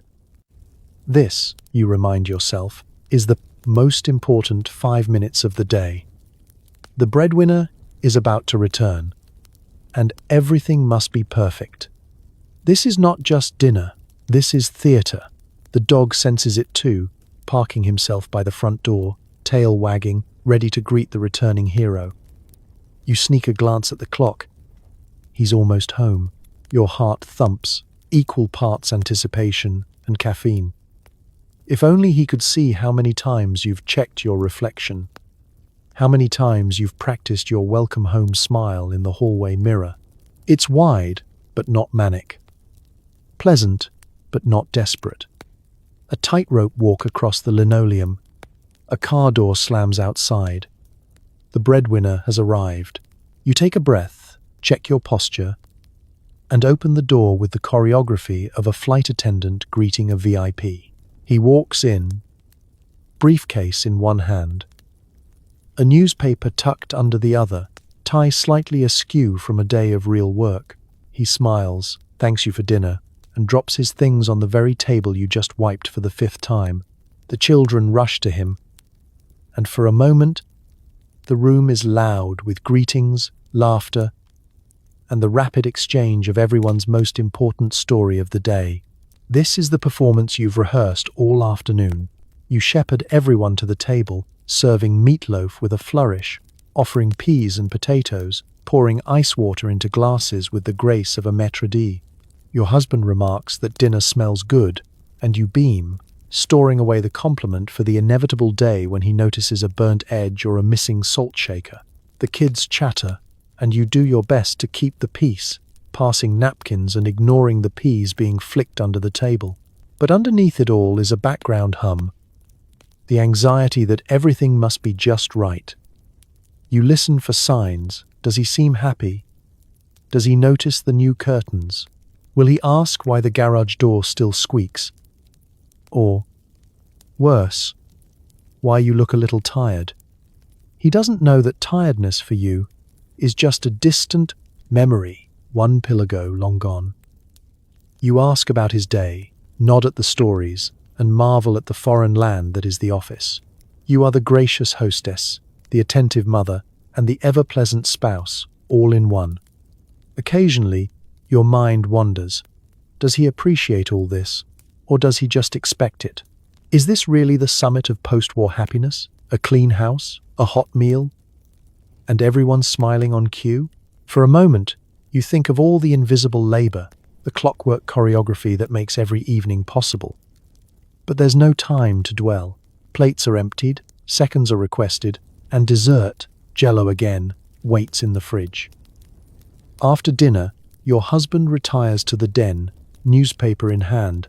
The children scatter, and the applause for tonight's performance is silent but palpable. You clear the plates, wash the dishes, and find yourself already preparing for tomorrow's encore. It's 5 p.m., anxiety hour, but you've survived another act, nerves humming, smile unwavering, and not a hair out of place. In this house, the show always goes on. Your calendar is so packed it needs its own amphetamine prescription. Volunteering, organizing, and pretending you're delighted to host the book club. For the 3rd time this month, let's talk about social obligation in 1950s suburbia. In theory, you're a stay-at-home housewife with plenty of time to spare. In reality, your days are as tightly scheduled as a presidential motorcade, minus the security detail. Every week brings a parade of meetings, fundraisers, bake sales, and book club gatherings. each one another opportunity to prove that your life is not only in perfect order, but also brimming with wholesome enthusiasm. The PTA is the first battlefield. You attend every meeting, clutching a notebook and a pen, ready to jot down assignments like organize the cakewalk or collect 50 pairs of donated mittens by Friday. There's always one mother, usually Janet, who volunteers for everything, and her mere existence pushes you to keep up. You scribble your name onto the sign-up sheets, even as your mind screams for mercy, and your pantry wonders how many more brownies it can handle. Then there are the bake sales, those edible Olympics of maternal achievement. Each mother brings her best recipe, hoping for compliments and a little neighborhood glory. You try to outdo yourself each time. Last week, it was 7-layer bars. This week, you're considering a pineapple upside-down cake, even though the last one stuck to the pan and ended up looking like an archaeological dig. Every bake sale table is a minefield of comparisons. Whose cookies sold out first, whose pie looked store-bought, the ultimate insult, and whose lemon squares ended up with the PTA president's lipstick on them. The book club is supposed to be a relaxing escape, but even there, appearances matter. You host with freshly polished silverware and the good tea set, laying out a spread of finger sandwiches and dainty pastries. The conversation inevitably drifts away from the chosen novel, which only half the group has read, and into a polite but ruthless audit of everyone's living room curtains and magazine subscriptions. No one mentions pills, but everyone is a little too bright-eyed, a little too eager to get through the next project. Of course, keeping up appearances isn't just about the events. It's about the constant, invisible competition with your peers. Janet's children have perfect attendance. Ruth's husband just won an award at the Rotary Club. Carol redecorated her dining room again. And you're still hoping no one notices the chipped paint in the hallway. Social obligations become performance art. You smile, nod, and pass the lemon squares, knowing everyone else is just as exhausted and caffeinated as you are. And yet, you can't stop. Opting out is not an option. Too many missed meetings, and you risk whispers. Or worse, outright concern. Is everything all right at home? Someone will ask, which is code for, why can't you keep up? So you keep the calendar packed, the Tupperware polished, and your hair as neat as your reputation. At every meeting, every bake sale, every book club, you play your part, fueled by a steady drip of caffeine, adrenaline, and a little pharmaceutical backup. At the end of another busy week, you look back over the calendar, marveling at all you've survived. The appearances are kept, the obligations met, and the illusion of effortless grace maintained for another 7 days. The world sees a woman who does it all. You know better, but you also know that, in 1950s suburbia, sometimes just keeping up is the real achievement. You haven't felt tired in days, or maybe you have, but the pills won't let you admit it. Nighttime brings a new challenge: how to sleep when your brain is still doing laps. There's a peculiar irony in 1950s suburbia. Everyone talks about housework, about recipes, about just needing a little more energy, but no one ever mentions sleep. After a day spent running on a cocktail of caffeine, adrenaline, and government-sanctioned speed, the modern housewife faces her final, silent battle: getting any rest at all. The kids are tucked in, the dishes are done, the dog has been walked again, and your husband is already snoring in the next room. It should be peaceful. The house is finally quiet, lit only by the pale blue glow of the street lamp outside and the reassuring hum of the refrigerator. This is your moment, your one slice of solitude. But your body, cheerfully medicated and thoroughly over-caffeinated, has other plans. You slip into bed, fluffing the pillows, smoothing the sheets, arranging everything just so, as if sleep can be coaxed by symmetry. The clock reads 11:07. You tell yourself, early to bed, early to rise, but your heart is tapping out Morse code, and your thoughts are racing through tomorrow's list. Did you remember to thaw the chicken? Is it your week for the carpool? Where did you put the library book? Why is the dog still making that noise? Every minor anxiety is suddenly magnified, projected onto the ceiling like a drive-in movie for one. You close your eyes. The world refuses to cooperate. Your mind, now running on a second wind that feels suspiciously pharmaceutical, replays the day in high-speed montage. Laundry, groceries, bake sale, school forms, ironing, dinner, dishes, PTA, book club, and that conversation with Janet about mother's little helper. You count sheep, then to-do lists. Then the number of nights you've spent like this, wound up, eyes wide, desperate for rest. Around midnight, you try every trick you know. Warm milk makes you queasy. A lavender sachet causes sneezing. Reading a magazine just makes you anxious about your wallpaper. Your husband rolls over, oblivious, and you wonder, how does he just shut off like that? Men are like desk lamps. Flip the switch, and out goes the light. Women, on the other hand, are more like malfunctioning Christmas trees, always flickering, never quite off. By 1:00 a.m., you start negotiating with yourself. Maybe you could just get up and fold some laundry, polish the silver, write a thank you note. But you know how this goes. Give in once, and suddenly you're vacuuming at 2 in the morning, and the neighbors are asking questions. Eventually, sometime after 2:00 a.m., your body gives up before your brain. You drift off, not into peaceful, restorative slumber, but into a series of restless naps, punctuated by dreams of missed appointments and runaway casseroles. When the alarm blares at 6:00 a.m., you rise with the practiced skill of someone who has forgotten what well-rested even feels like. The next day you'll smile and say, "Oh, I never sleep well, just too much to do." No one blinks. Every woman in the neighborhood knows exactly what you mean. In 1950s suburbia, the sleep problem is the secret nobody talks about.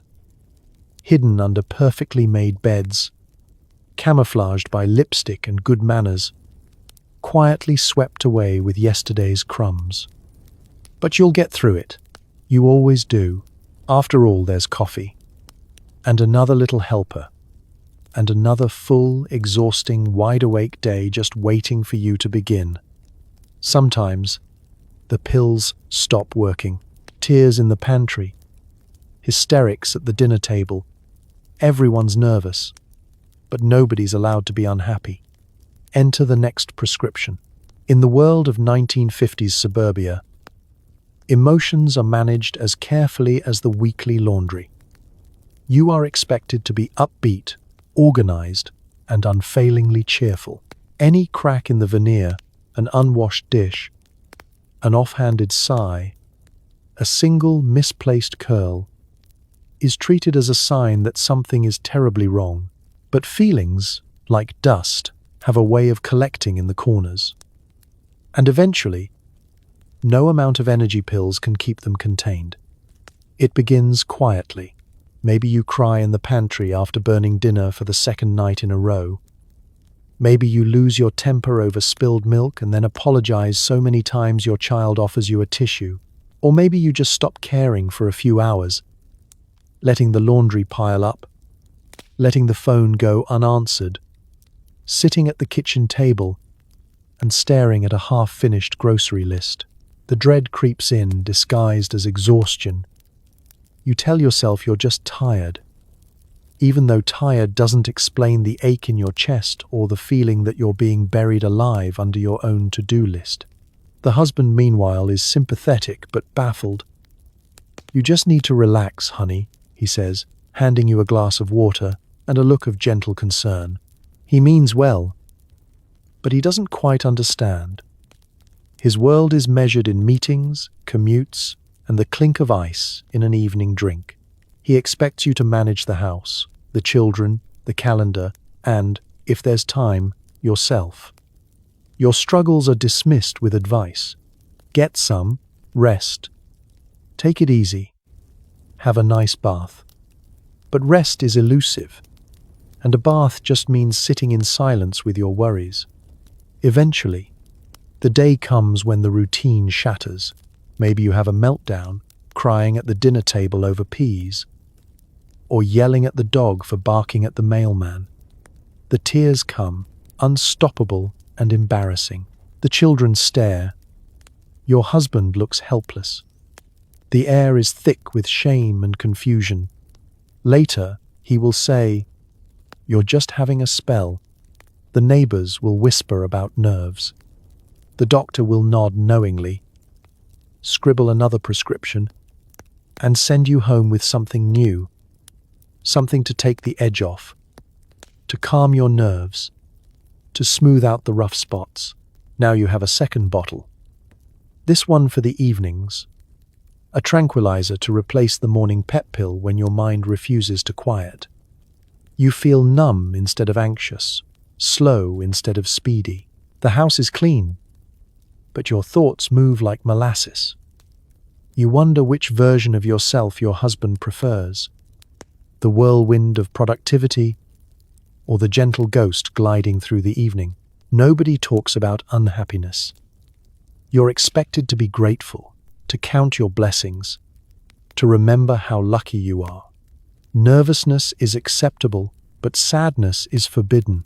The breakdown is swept under the rug, camouflaged by routine, explained away with new pills, and whispered advice from well-meaning friends. And yet, in the privacy of your own thoughts, you know you're not alone. Every woman in your circle has had her moment. The pantry tears, the silent car rides, the long afternoons when nothing seems to fit. You dry your eyes, pick yourself up, and get back to work. Tomorrow is another day, another set of expectations, another round of smiles. Because in the 1950s, the only acceptable breakdown is the kind that can be medicated, scheduled, and quickly swept away. Never spoken of, but always understood. Every magazine cover promises happiness and a spotless house. No mention of the amphetamine-fueled panic attack you had over the carpet pattern. You stand in the checkout aisle, boxed in by rows of glossy promises. On every cover, a smiling woman holds a cake, a vacuum, or a baby, sometimes all three, as if multitasking was invented for her alone. Her hair is flawless, her lipstick unblemished, and her dress looks as fresh at 6 p.m. as it did at 6 a.m. You glance at your own reflection in the freezer case. One sock missing, hair flattening by the hour, and a faint, desperate shine in your eyes, courtesy of this morning's pep. The magazines beckon with easy answers. 10 ways to please your husband. How to host the perfect luncheon. Secrets to sparkling floors and sparkling eyes. You flip through the pages, half dreading, half hoping for a new solution. The tips sound simple. Try a new casserole, polish your silver, set the table with color-coordinated napkins, and, if all else fails, just smile. There's no section on existential dread, marital ennui, or the existential crisis of picking the right drapes. Inside each article, the women are relentlessly cheerful, their homes suspiciously tidy, their children quietly drawing at the table, and their husbands beaming like they just won the lottery. Not a wrinkle, not a single spot on the window, not a single stray emotion, except joy. If you look closely, though, there's something almost frantic in their smiles. A glint of performance that any real housewife can recognize at 50 paces. It's not just about appearance, it's about narrative. The magazine fantasy is a story that everything is always under control, that difficult emotions can be managed with a new hairdo or a clever recipe for aspic. The world these women inhabit is pastel and perfect, untouched by chaos, anxiety, or disappointment. If trouble does arise, it's solved in 3 steps or less, with a peppy attitude and maybe a discreet product placement for dish soap. You try, sometimes, to recreate the fantasy. You line up the children for a photo, arrange the living room just so, and bake a pie from scratch. But the kids fidget, the couch sags, and the pie comes out looking like a modernist sculpture. Still, you snap a picture, smiling as wide as the women in the magazine, because someday you'll want to remember that you tried. The camera never captures the panic, the exhaustion, or the frantic energy pulsing beneath the surface. Meanwhile, the real world keeps intruding. The laundry multiplies, the groceries run low, and the neighbor casually mentions that her new curtains just brighten up the whole house. You smile and nod, secretly wondering if her secret is a better prescription or just a different magazine. The cycle continues. You compare, you compete, you comfort yourself with the idea that maybe next week you'll finally have it all together. Maybe with a new lipstick, or a different casserole, or a pill that promises both energy and serenity. In the end, the only thing more exhausting than keeping up with the Real Housewives is keeping up with their glossy, smiling counterparts. The magazines never admit it, but every woman on your block is just as frazzled, just as anxious, just as desperate for approval as you are. So you stack the groceries, turn one last page, and put the magazine back on the rack. You step into the parking lot, sunlight glinting off your tired face, and remember, everyone's smiling, for the camera, for the neighbors, for themselves. But the real story is written in the quiet spaces between those glossy pages. Kids notice everything, especially when mom is alphabetizing the spice rack at midnight and calling it just a hobby. For the 1950s child, life is mostly simple: school, play, peanut butter sandwiches. But there's always something a little curious about mom's routines. Mornings begin with the rustle of curtains, the clang of pans, and the faint aroma of bacon. Or is that burnt toast again? Through bleary eyes, you watch her in the kitchen, moving with the determined speed of a cartoon tornado. There's breakfast on the table, lunch is packed, and somehow she's already wearing lipstick before you've even found your socks. At first, it just seems like magic. How does she get so much done before the school bus arrives? You catch glimpses. Mom vacuuming the living room while singing along with the radio, dusting the shelves at record pace, and whisking you out the door with a cheerful, "Hurry up, don't dawdle." Your teacher asks what your mother does all day. You pause, trying to condense the blur into a single answer. She cleans, you say. But that doesn't quite capture the manic ballet you witness every morning. After school, you return home to the sounds of typewriter keys clacking and the television humming. Mom is in the middle of something: a cake, a casserole, or reorganizing the linen closet. Again, sometimes you find her in the backyard, clipping hedges or scrubbing the patio for reasons that seem mysterious and vital. She moves from room to room as if each has its own emergency that only she can solve. You and your siblings invent games around her energy. How many times will Mom say in a minute before you get your snack? Can you sneak a cookie without her noticing? Answer: rarely, unless she's deep into the encyclopedia rearrangement project. At dinner, she's the center of the storm, passing plates, pouring milk, refereeing arguments, and reciting everyone's schedules for the week. Dad just smiles, content with his meatloaf. But you and your siblings exchange glances, wondering if other moms are this energetic. The real magic comes after dark. Bedtime arrives, but the house doesn't slow down. You hear drawers opening, the faint buzz of the vacuum, and the unmistakable sound of the spice jars being tapped into alphabetical order. One night, you sneak out for a glass of water and find Mom reorganizing the refrigerator by color. She gives you a sleepy smile, tucks you back in, and whispers, "Just couldn't rest with the pickles next to the jam." You accept this explanation with the certainty only a child possesses. As you drift off, you dream of a world where moms lounge in hammocks and eat ice cream for breakfast. Maybe, you think, your mom will slow down tomorrow. But in the morning, there she is, refreshed, bustling, full of ideas and chores, and just one more thing. The cycle repeats, and you marvel at her ability to keep the whole house spinning. Years later, you'll look back and realize mom's energy wasn't just natural talent or a side effect of too much coffee. You'll remember the little bottles in the medicine cabinet, the winks and whispered jokes about mother's little helper, and you'll understand what was really fueling the midnight cleaning frenzies.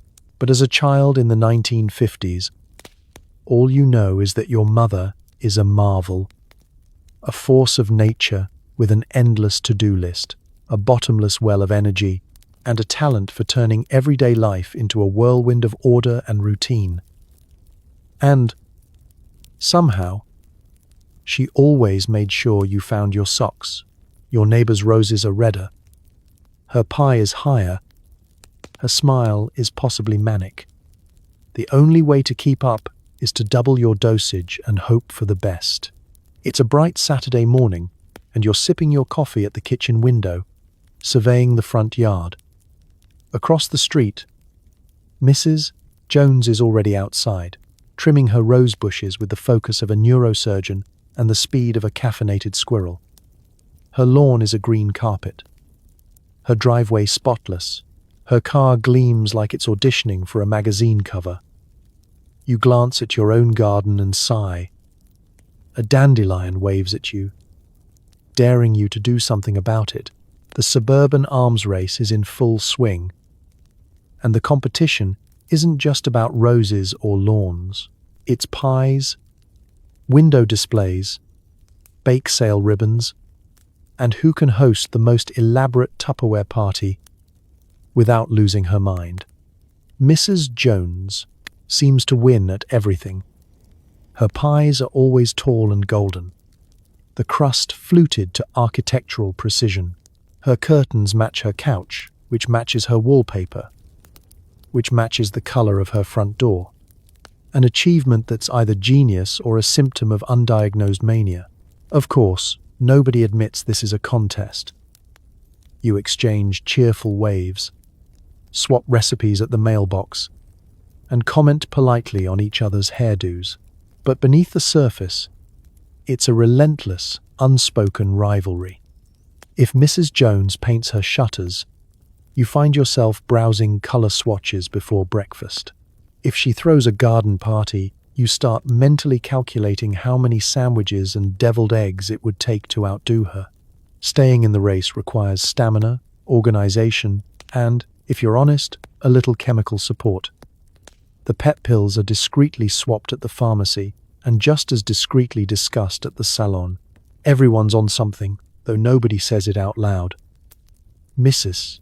Jones claims she's just a morning person, but you know that look, the wide, glassy smile of a woman who can alphabetize her pantry, weed her flower beds, and bake a lemon meringue pie all before noon. Keeping up means never letting your guard down. Every morning brings a new challenge, a fresh patch of weeds, a PTA meeting, a bake sale, a book club, a mysterious new plant in Mrs. Jones's flower bed that appears to be flourishing just to spite you. Your heart races as you load another wash, plan another dinner, trim the hedges for the third time this week, and wonder if Mrs. Jones is watching from behind her immaculate lace curtains. She always is. The pressure is omnipresent, but nobody ever cracks. If you complain, you're accused of sour grapes. If you slip, someone's bound to notice. Appearances are everything. You plaster on a smile, put on your best dress, and wave from the driveway as if the whole neighborhood is a stage. The performance is exhausting, but quitting isn't an option. You convince yourself that with a little more energy, a little more help from the bottle in your medicine cabinet, you'll finally come out ahead. Deep down, you suspect Mrs. Jones feels the same. Maybe her Saturday energy is just as borrowed, her smiles just as forced, her pies the product of insomnia and ambition. But in suburbia, no one talks about the strain, the exhaustion, the little pills everyone swears they don't take. So the arms race continues. The roses get redder, the pies get higher, and everyone's smiles get just a touch wider. And as you trim the last dandelion and wave across the lawn, you know the truth.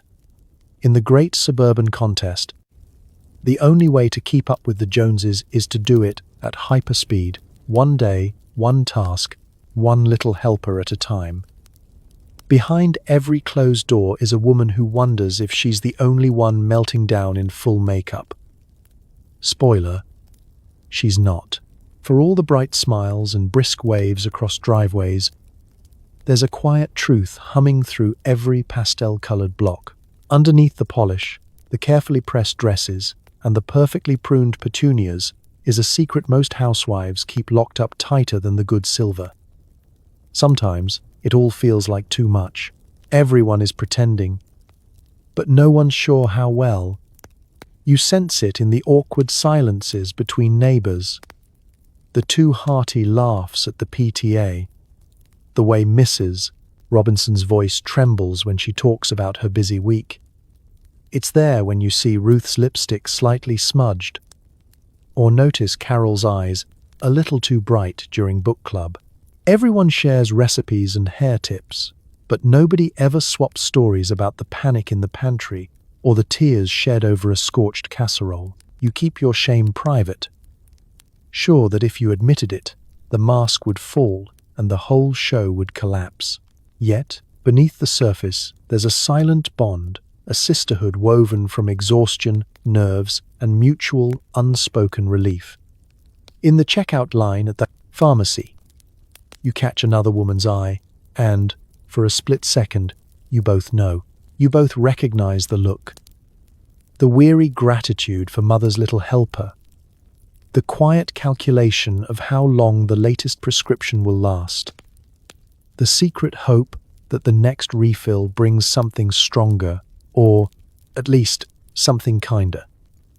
No one talks about the little bottles in the medicine cabinet, but everyone has them, hidden behind cold cream and cough syrup, discreet as a rumor but twice as reliable.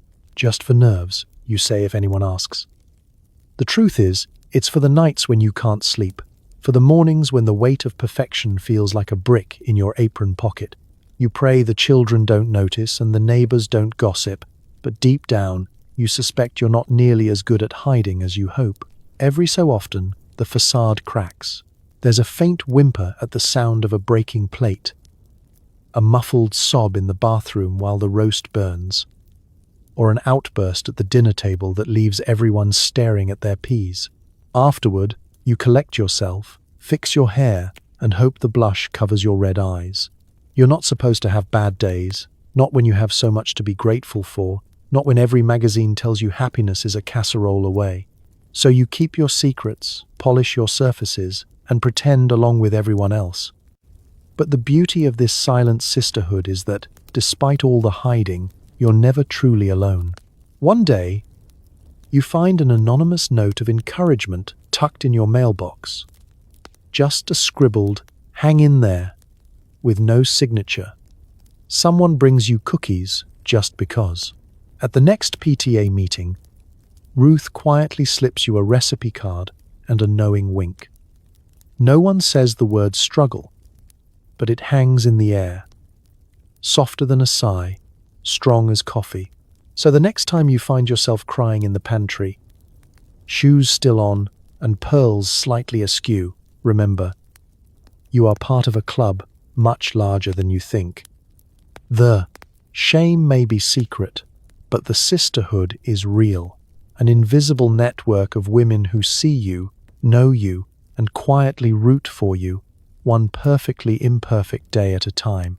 In 1950s suburbia, you survive not just with pills or casseroles, but with the quiet comfort of knowing that, somewhere nearby, Another woman is holding it together right alongside you. Eventually, the amphetamines run out. Or you do. Enter the next wave of chemical solutions. Tranquilizers, the sleepy little cousin of speed. The day always starts the same, with a spark of energy, a whirl of chores, a flurry of perfectly organized chaos. But somewhere around the third week, or the third prescription, the edges begin to blur. The little white pep pills don't pack the punch they used to. Your hands tremble more, your heart thumps louder, and your nerves, once taut as piano wire, start to fray. You begin to feel the crash. Headaches, irritability, the creeping dread that there's nothing in the medicine cabinet left to help you sweep up the invisible mess. Doctors notice too. At first, they offer reassurance. Everyone feels overwhelmed sometimes. Then comes a different prescription. Pastel, colored, calming, promising peace instead of pep.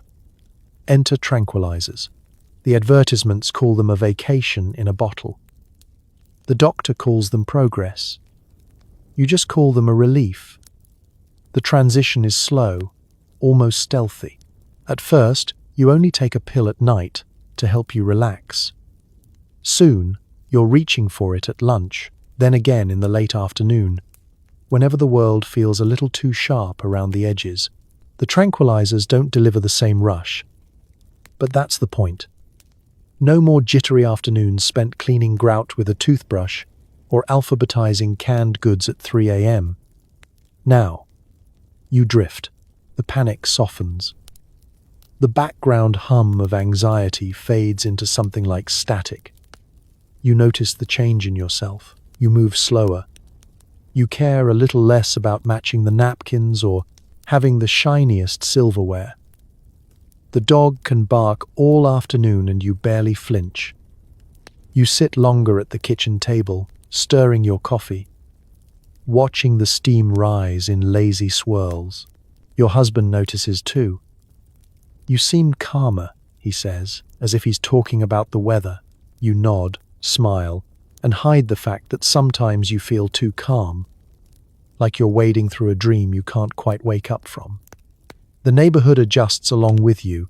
The Joneses' roses are still redder, but now you don't mind so much.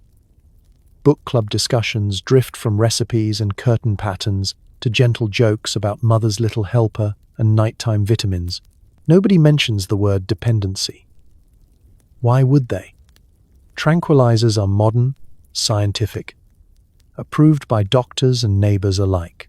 They're not an admission of defeat, just another tool in the ever-expanding arsenal of suburban survival. But there are moments when the emptiness sneaks in. The laughter at the PTA feels hollow. The magazine covers a little more absurd.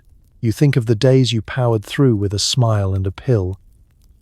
The restless energy that let you conquer every casserole and dust bunny in sight. Now, everything is softer, quieter, more manageable, and somehow less real. Still, you keep going. You take the pills, you host the bake sales, you smile through the fatigue. If speed was about doing everything, tranquilizers are about making sure you don't care too much when it all falls apart. It's a trade-off, and one that nearly every housewife in the neighborhood makes sooner or later. In the end, the race for perfection gives way to the slow march of acceptance. The tranquilizers promise sleep, peace, a respite from the endless shoulds. You never quite quit the game, but you play it slower, softer, and with just a bit more forgiveness. And maybe, just maybe, that's what it takes to finally rest. Decades later, the pastel haze of the 1950s looks less like a golden age and more like a cautionary tale about pressure, perfection, and a pharmaceutical solution to problems no one could say out loud. At the time, everything seemed so promising. The new suburbs stretched across the country like fresh notebook paper, orderly, bright, untouched by the messiness of the city. Modern appliances filled every kitchen, chrome and formica, promising to free women from drudgery. There were television jingles about the good life, and magazines full of smiling families and cakes that never collapsed. To look at the photos, you'd think everyone was living the dream, but behind every smiling portrait was a story you didn't see in the magazines. The exhaustion, the whispered anxiety, the restless energy that hummed beneath every perfect home. There was always another room to clean, another child to wrangle, another roast to keep from burning. Every detail mattered, and every day brought a new opportunity to fall short. When the pressure became too much, there was always a pill to help, a little boost in the morning, a calming dose at night, and a prescription for every problem in between. Women traded stories at the pharmacy and secrets in the checkout line. Some wore their nervous energy like a badge of honor. Others hid their struggles behind perfect lipstick and forced laughter. No one talked about the cost. Not just the price of another bottle, but the toll it took to keep up the act. The endless juggling, the insomnia, the sudden crashes, the quiet shame that came with every stumble, and the silent hope that maybe, with the right combination of pills and willpower, everything would finally get easier. Looking back now, the cracks are easier to see. The relentless pursuit of the perfect home, the perfect marriage, the perfect family, fueled by science, advertising, and the urgent need to keep up, was never sustainable. The pills that promised boundless energy delivered insomnia and anxiety. The tranquilizers that promised peace brought their own dull ache of apathy and detachment. The cost was always there, just hidden beneath the surface. Yet, for all its absurdities and excesses, there's something remarkable in how these women coped. They found camaraderie in whispered confessions and covert glances at the pharmacy counter. They managed to build communities, raise children, bake the pies, host the parties, and put on a show of relentless optimism beneath the starched aprons and stiff smiles. They supported each other, not always openly, but in 100 small acts of kindness, in the quiet comfort of knowing you weren't alone. Time has softened the sharpest edges of that era. The houses have aged, the lawns are a little patchier, and the old magazines sit faded in thrift shops. But the lessons remain. Perfection is a moving target, and sometimes the cost is far higher than it seems.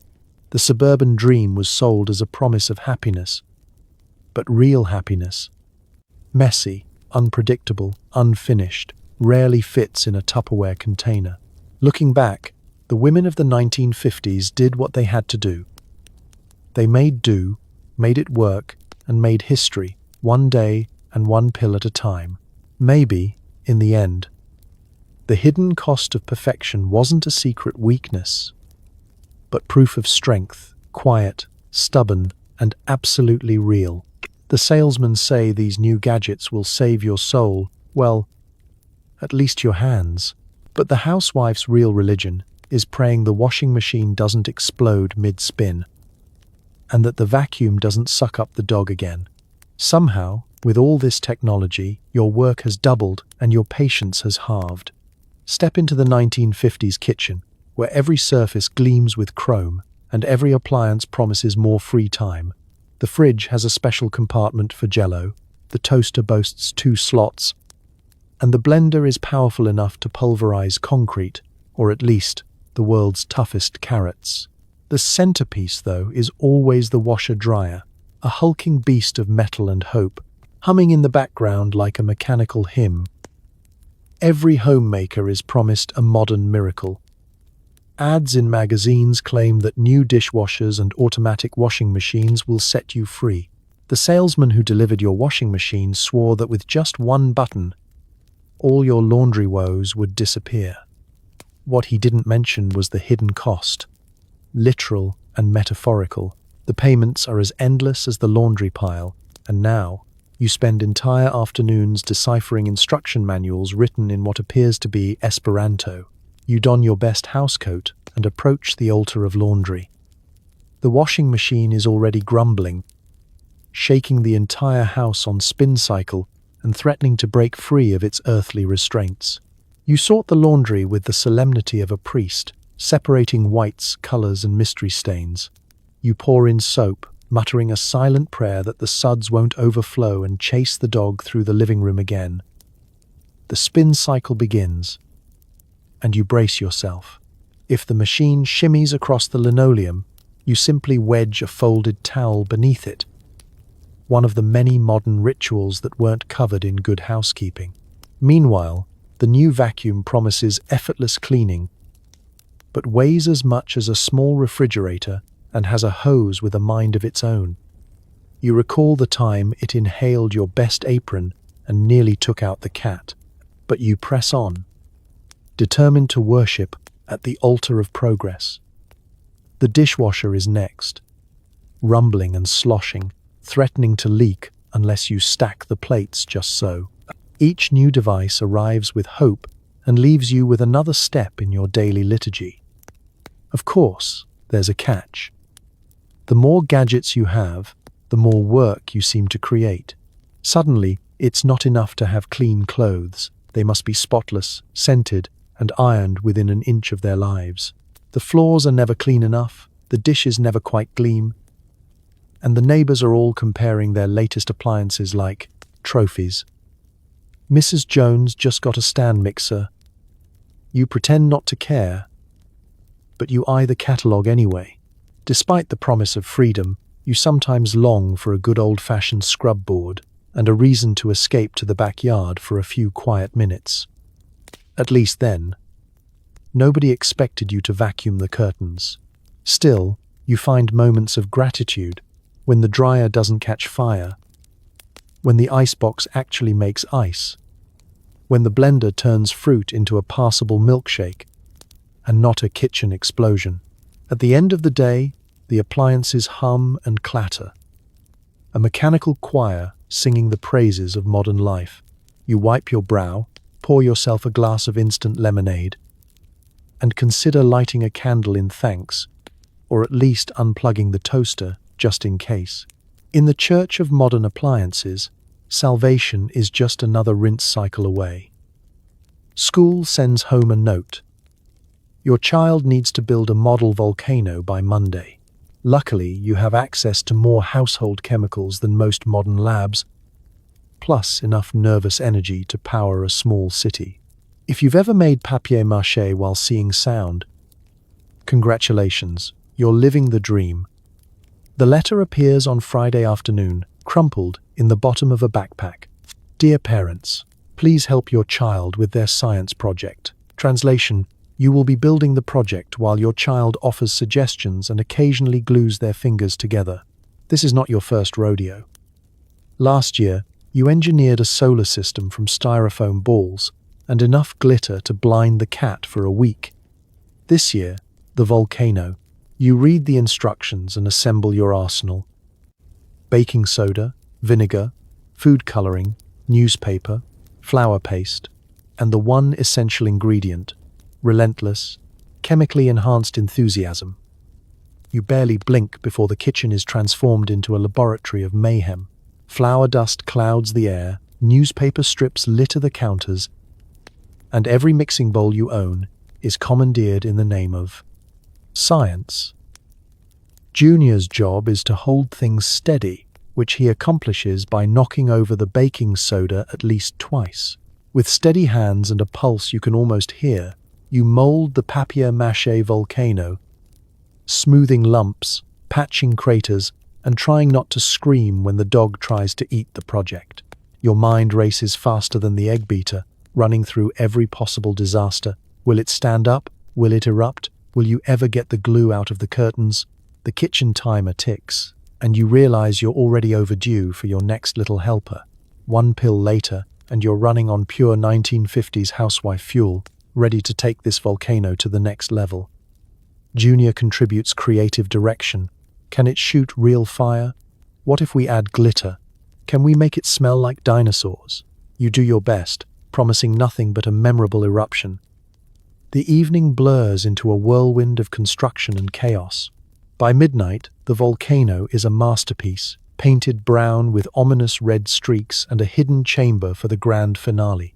You tidy the kitchen at superhuman speed, only occasionally wondering if anyone else's volcano has architectural blueprints and a backup eruption system. The real show is on Monday morning, when you transport the delicate creation to school. Junior clutches it in the back seat, humming with anticipation. In the gymnasium, you size up the competition. There are the usual contenders: Susie's baking soda geyser, Bobby's working windmill, powered by Dad's electric drill, and one unsettlingly professional solar system that suspiciously resembles something from the planetarium gift shop. The tension is palpable. When it's Junior's turn, the gym goes quiet. You set the volcano on the table, pour in the vinegar, and voila, a glorious, foaming eruption, tinged with just enough food coloring to stun a small mammal. The other parents clap. The teacher beams, and you silently thank science, amphetamines, and your own overdeveloped sense of parental duty. Afterward, you pack up the remains, proud and just a little exhausted. The science project is done, the glue is still drying in the dog's fur, and you've survived another suburban trial by fire, or at least by vinegar and baking soda. Back home, you pop another little helper and prepare to face the next project. Possibly a solar-powered rocket, definitely a bake sale, and always a clean kitchen. In the 1950s, a housewife's real advantage is never just elbow grease. It's that special blend of chemical pep and never-ending love. The phone is ringing. Again, it's your neighbor, or your mother, or possibly a telemarketer selling more vitamins. Social connection is essential, but it's also another marathon for your already caffeinated brain. Multitasking? You invented it. You're on the phone, basting a chicken, and organizing next week's charity raffle, all before the second pill kicks in. The party line, a relic of suburban communication, means you're never alone, even when you want to be. Pick up the receiver, and you might hear Mrs. Henderson updating her sister on her corns, or Ruth reciting the entire list of items she's misplaced since breakfast. Privacy is a concept reserved for the next century. You learn to whisper, to eavesdrop, to distinguish the click of a curious neighbor from the gentle static of honest connection. Phones in the 1950s aren't just for emergencies. They're the lifeline of social order. The kitchen phone, its coiled cord stretching into every corner, is your headquarters for friendship, crisis management, and suburban reconnaissance. The ringing is constant. It's Janet wanting your potato salad recipe. It's Carol recruiting you for the school play committee. Sometimes it's your own mother, launching into a monologue about canning tomatoes, her voice growing faint only when she's sure you're distracted enough to agree to visit next month. But phone calls aren't just for chatter. They're also the hotline for news and neighborhood intelligence. Did you hear about Mrs. Johnson's new curtains? Is Ruth's son really flunking math? I too. Has anyone seen the milkman since Tuesday? The updates fly faster than a Tupperware lid at a party.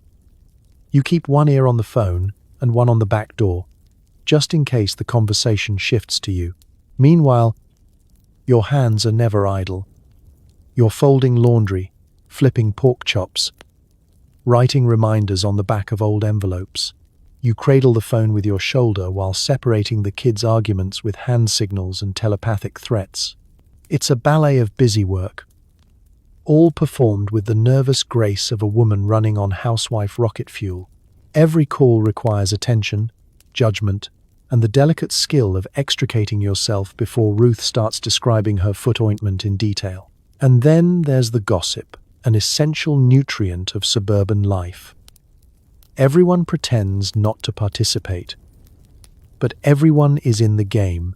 The party line is a river of rumors, always flowing, sometimes flooding.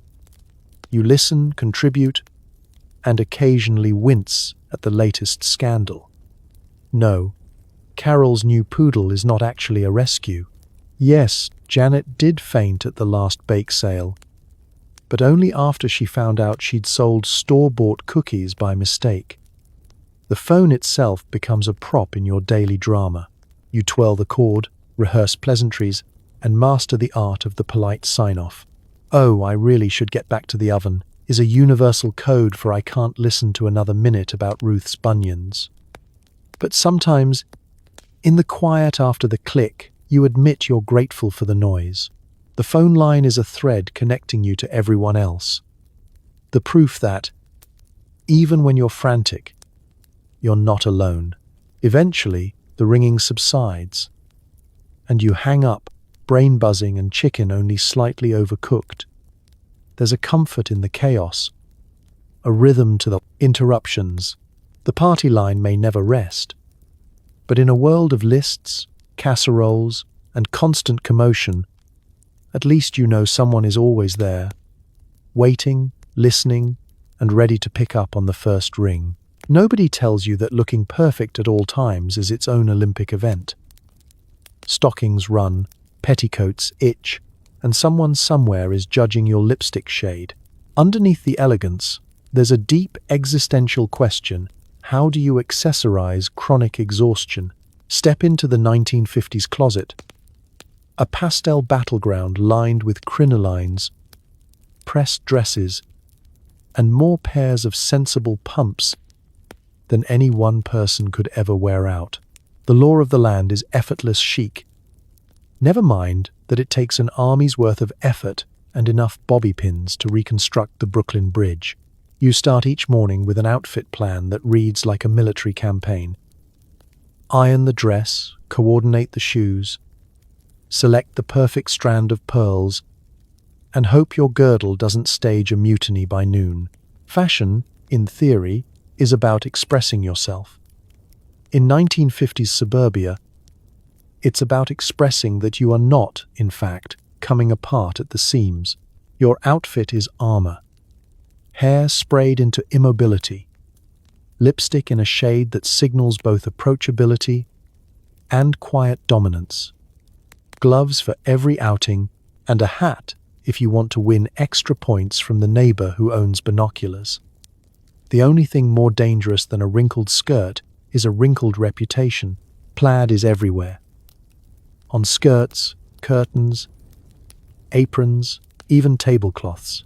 The right plaid signals you know what's fashionable. The wrong one? Well, that's the kind of scandal that makes the rounds on the party line. Prints clash, but you wear them anyway, distracted by the pressing need to get out the door before the kids decide to redecorate your outfit with grape jelly. Petticoats swish and scratch, a constant reminder that elegance is often indistinguishable from mild discomfort. Then there are the shoes, sensible but stylish, at least in theory. By dinner time, your feet ache in ways that no Tupperware party can cure.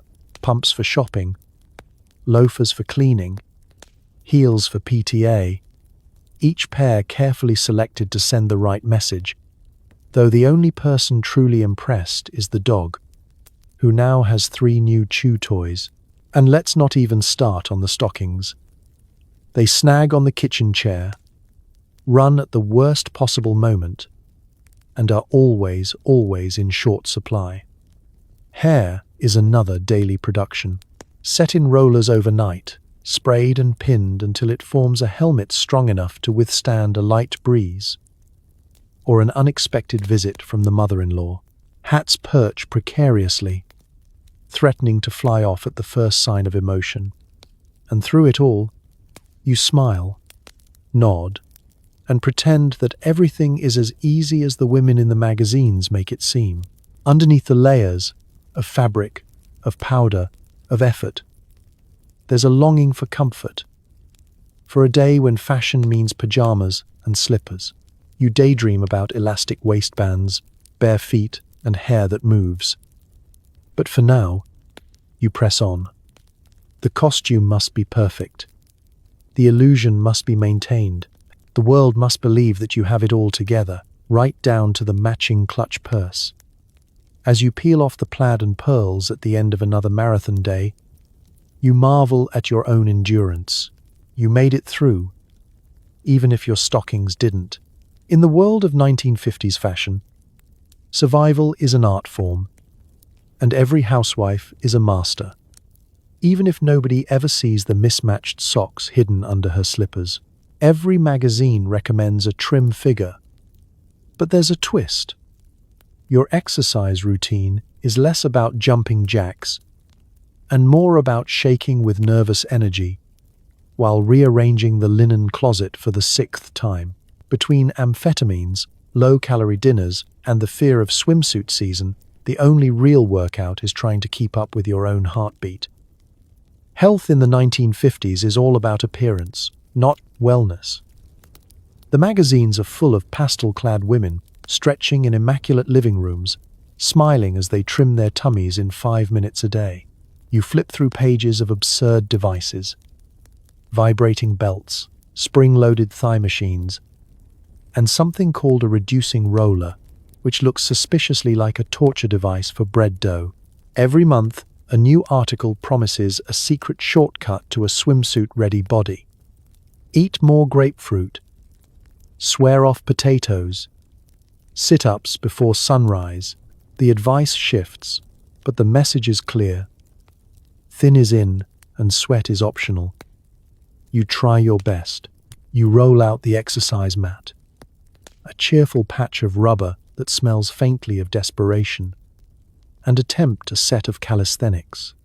The radio offers encouragement, but mostly you end up sprawled on the floor, counting ceiling tiles and plotting your next snack, celery, if you're being good, a fig Newton if you're cheating. After 10 minutes of stretches, you decide you've earned a rest, and maybe another cup of Sanka. But who really needs a gym when you have a house to run? Each day is an accidental workout. Hauling laundry baskets, scrubbing floors, carrying groceries, and running after children who move with the speed and cunning of small raccoons. You climb the stairs so many times that your calves should be carved from marble. You iron for hours, mop for miles, and rearrange furniture with the manic energy of a person who just realized her neighbor's living room looks better on a Wednesday afternoon. Of course, no health kick is complete without calorie counting. You keep a little notebook in your apron pocket, jotting down every bite and sip, as if writing it down will magically make it disappear. Salad for lunch, half a grapefruit for a snack, air pie for dessert.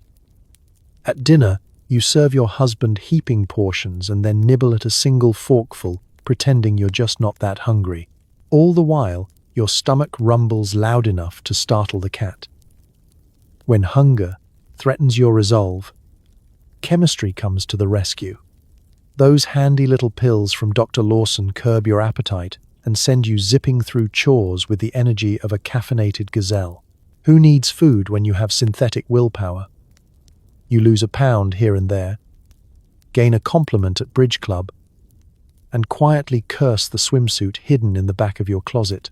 There's always a new fad, a new promise, a new product. Wheat germ, carrot juice, super vitamin tablets the size of marbles, each one more optimistic than the last. You buy the magazines, clip the coupons, and pretend that health is just another thing you can purchase at the pharmacy. But deep down, you know the truth. Nobody is really exercising, nobody is really satisfied, and everybody is just trying to keep up.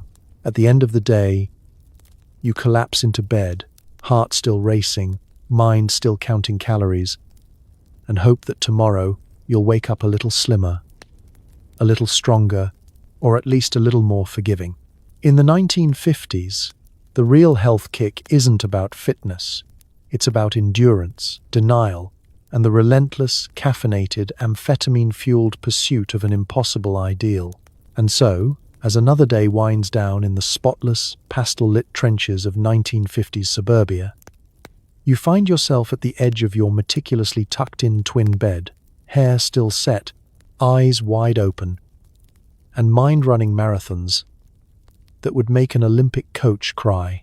You've cooked, cleaned, ironed, hosted, driven, smiled, and organized enough for 3 lifetimes, and all with a secret chemical boost that nobody wanted to talk about, even while everybody was doing it. Let's take a quiet moment to honor the wild, caffeine-fueled resilience of those mid-century housewives. They survived more than just burnt casseroles and nosy neighbors. They survived the impossible expectations of an era that asked them to be perfect, energetic, calm, and beautiful, all before 5 p.m. every single day. They held families, neighborhoods, and PTA meetings together with sheer willpower, a touch of grace, and yes, the occasional pharmaceutical miracle. Tonight, as you settle into your real bed, a bed with memory foam, air conditioning, and the glorious freedom to say no to casserole and multitasking, maybe whisper a quiet thank you. Thank you to the women who endured a decade when perfection was mandatory. Exhaustion was forbidden, and the only thing keeping everyone upright was a little white pill and a lot of stubbornness. Because history isn't just a parade of facts and timelines. It's the sum of millions of quietly heroic, often ridiculous days. It's a reminder that while we may have our own struggles now, at least we don't have to vacuum in pearls or outrun existential dread with nothing but a casserole and some amphetamines. So close your eyes, take a slow breath, and let yourself drift. The past may have been absurd, but you made it through another day. And tomorrow, mercifully, there's no Jell-O salad waiting for you at dawn. Sleep well, and remember, surviving history is never pretty, but it's always a little bit hilarious. Good night.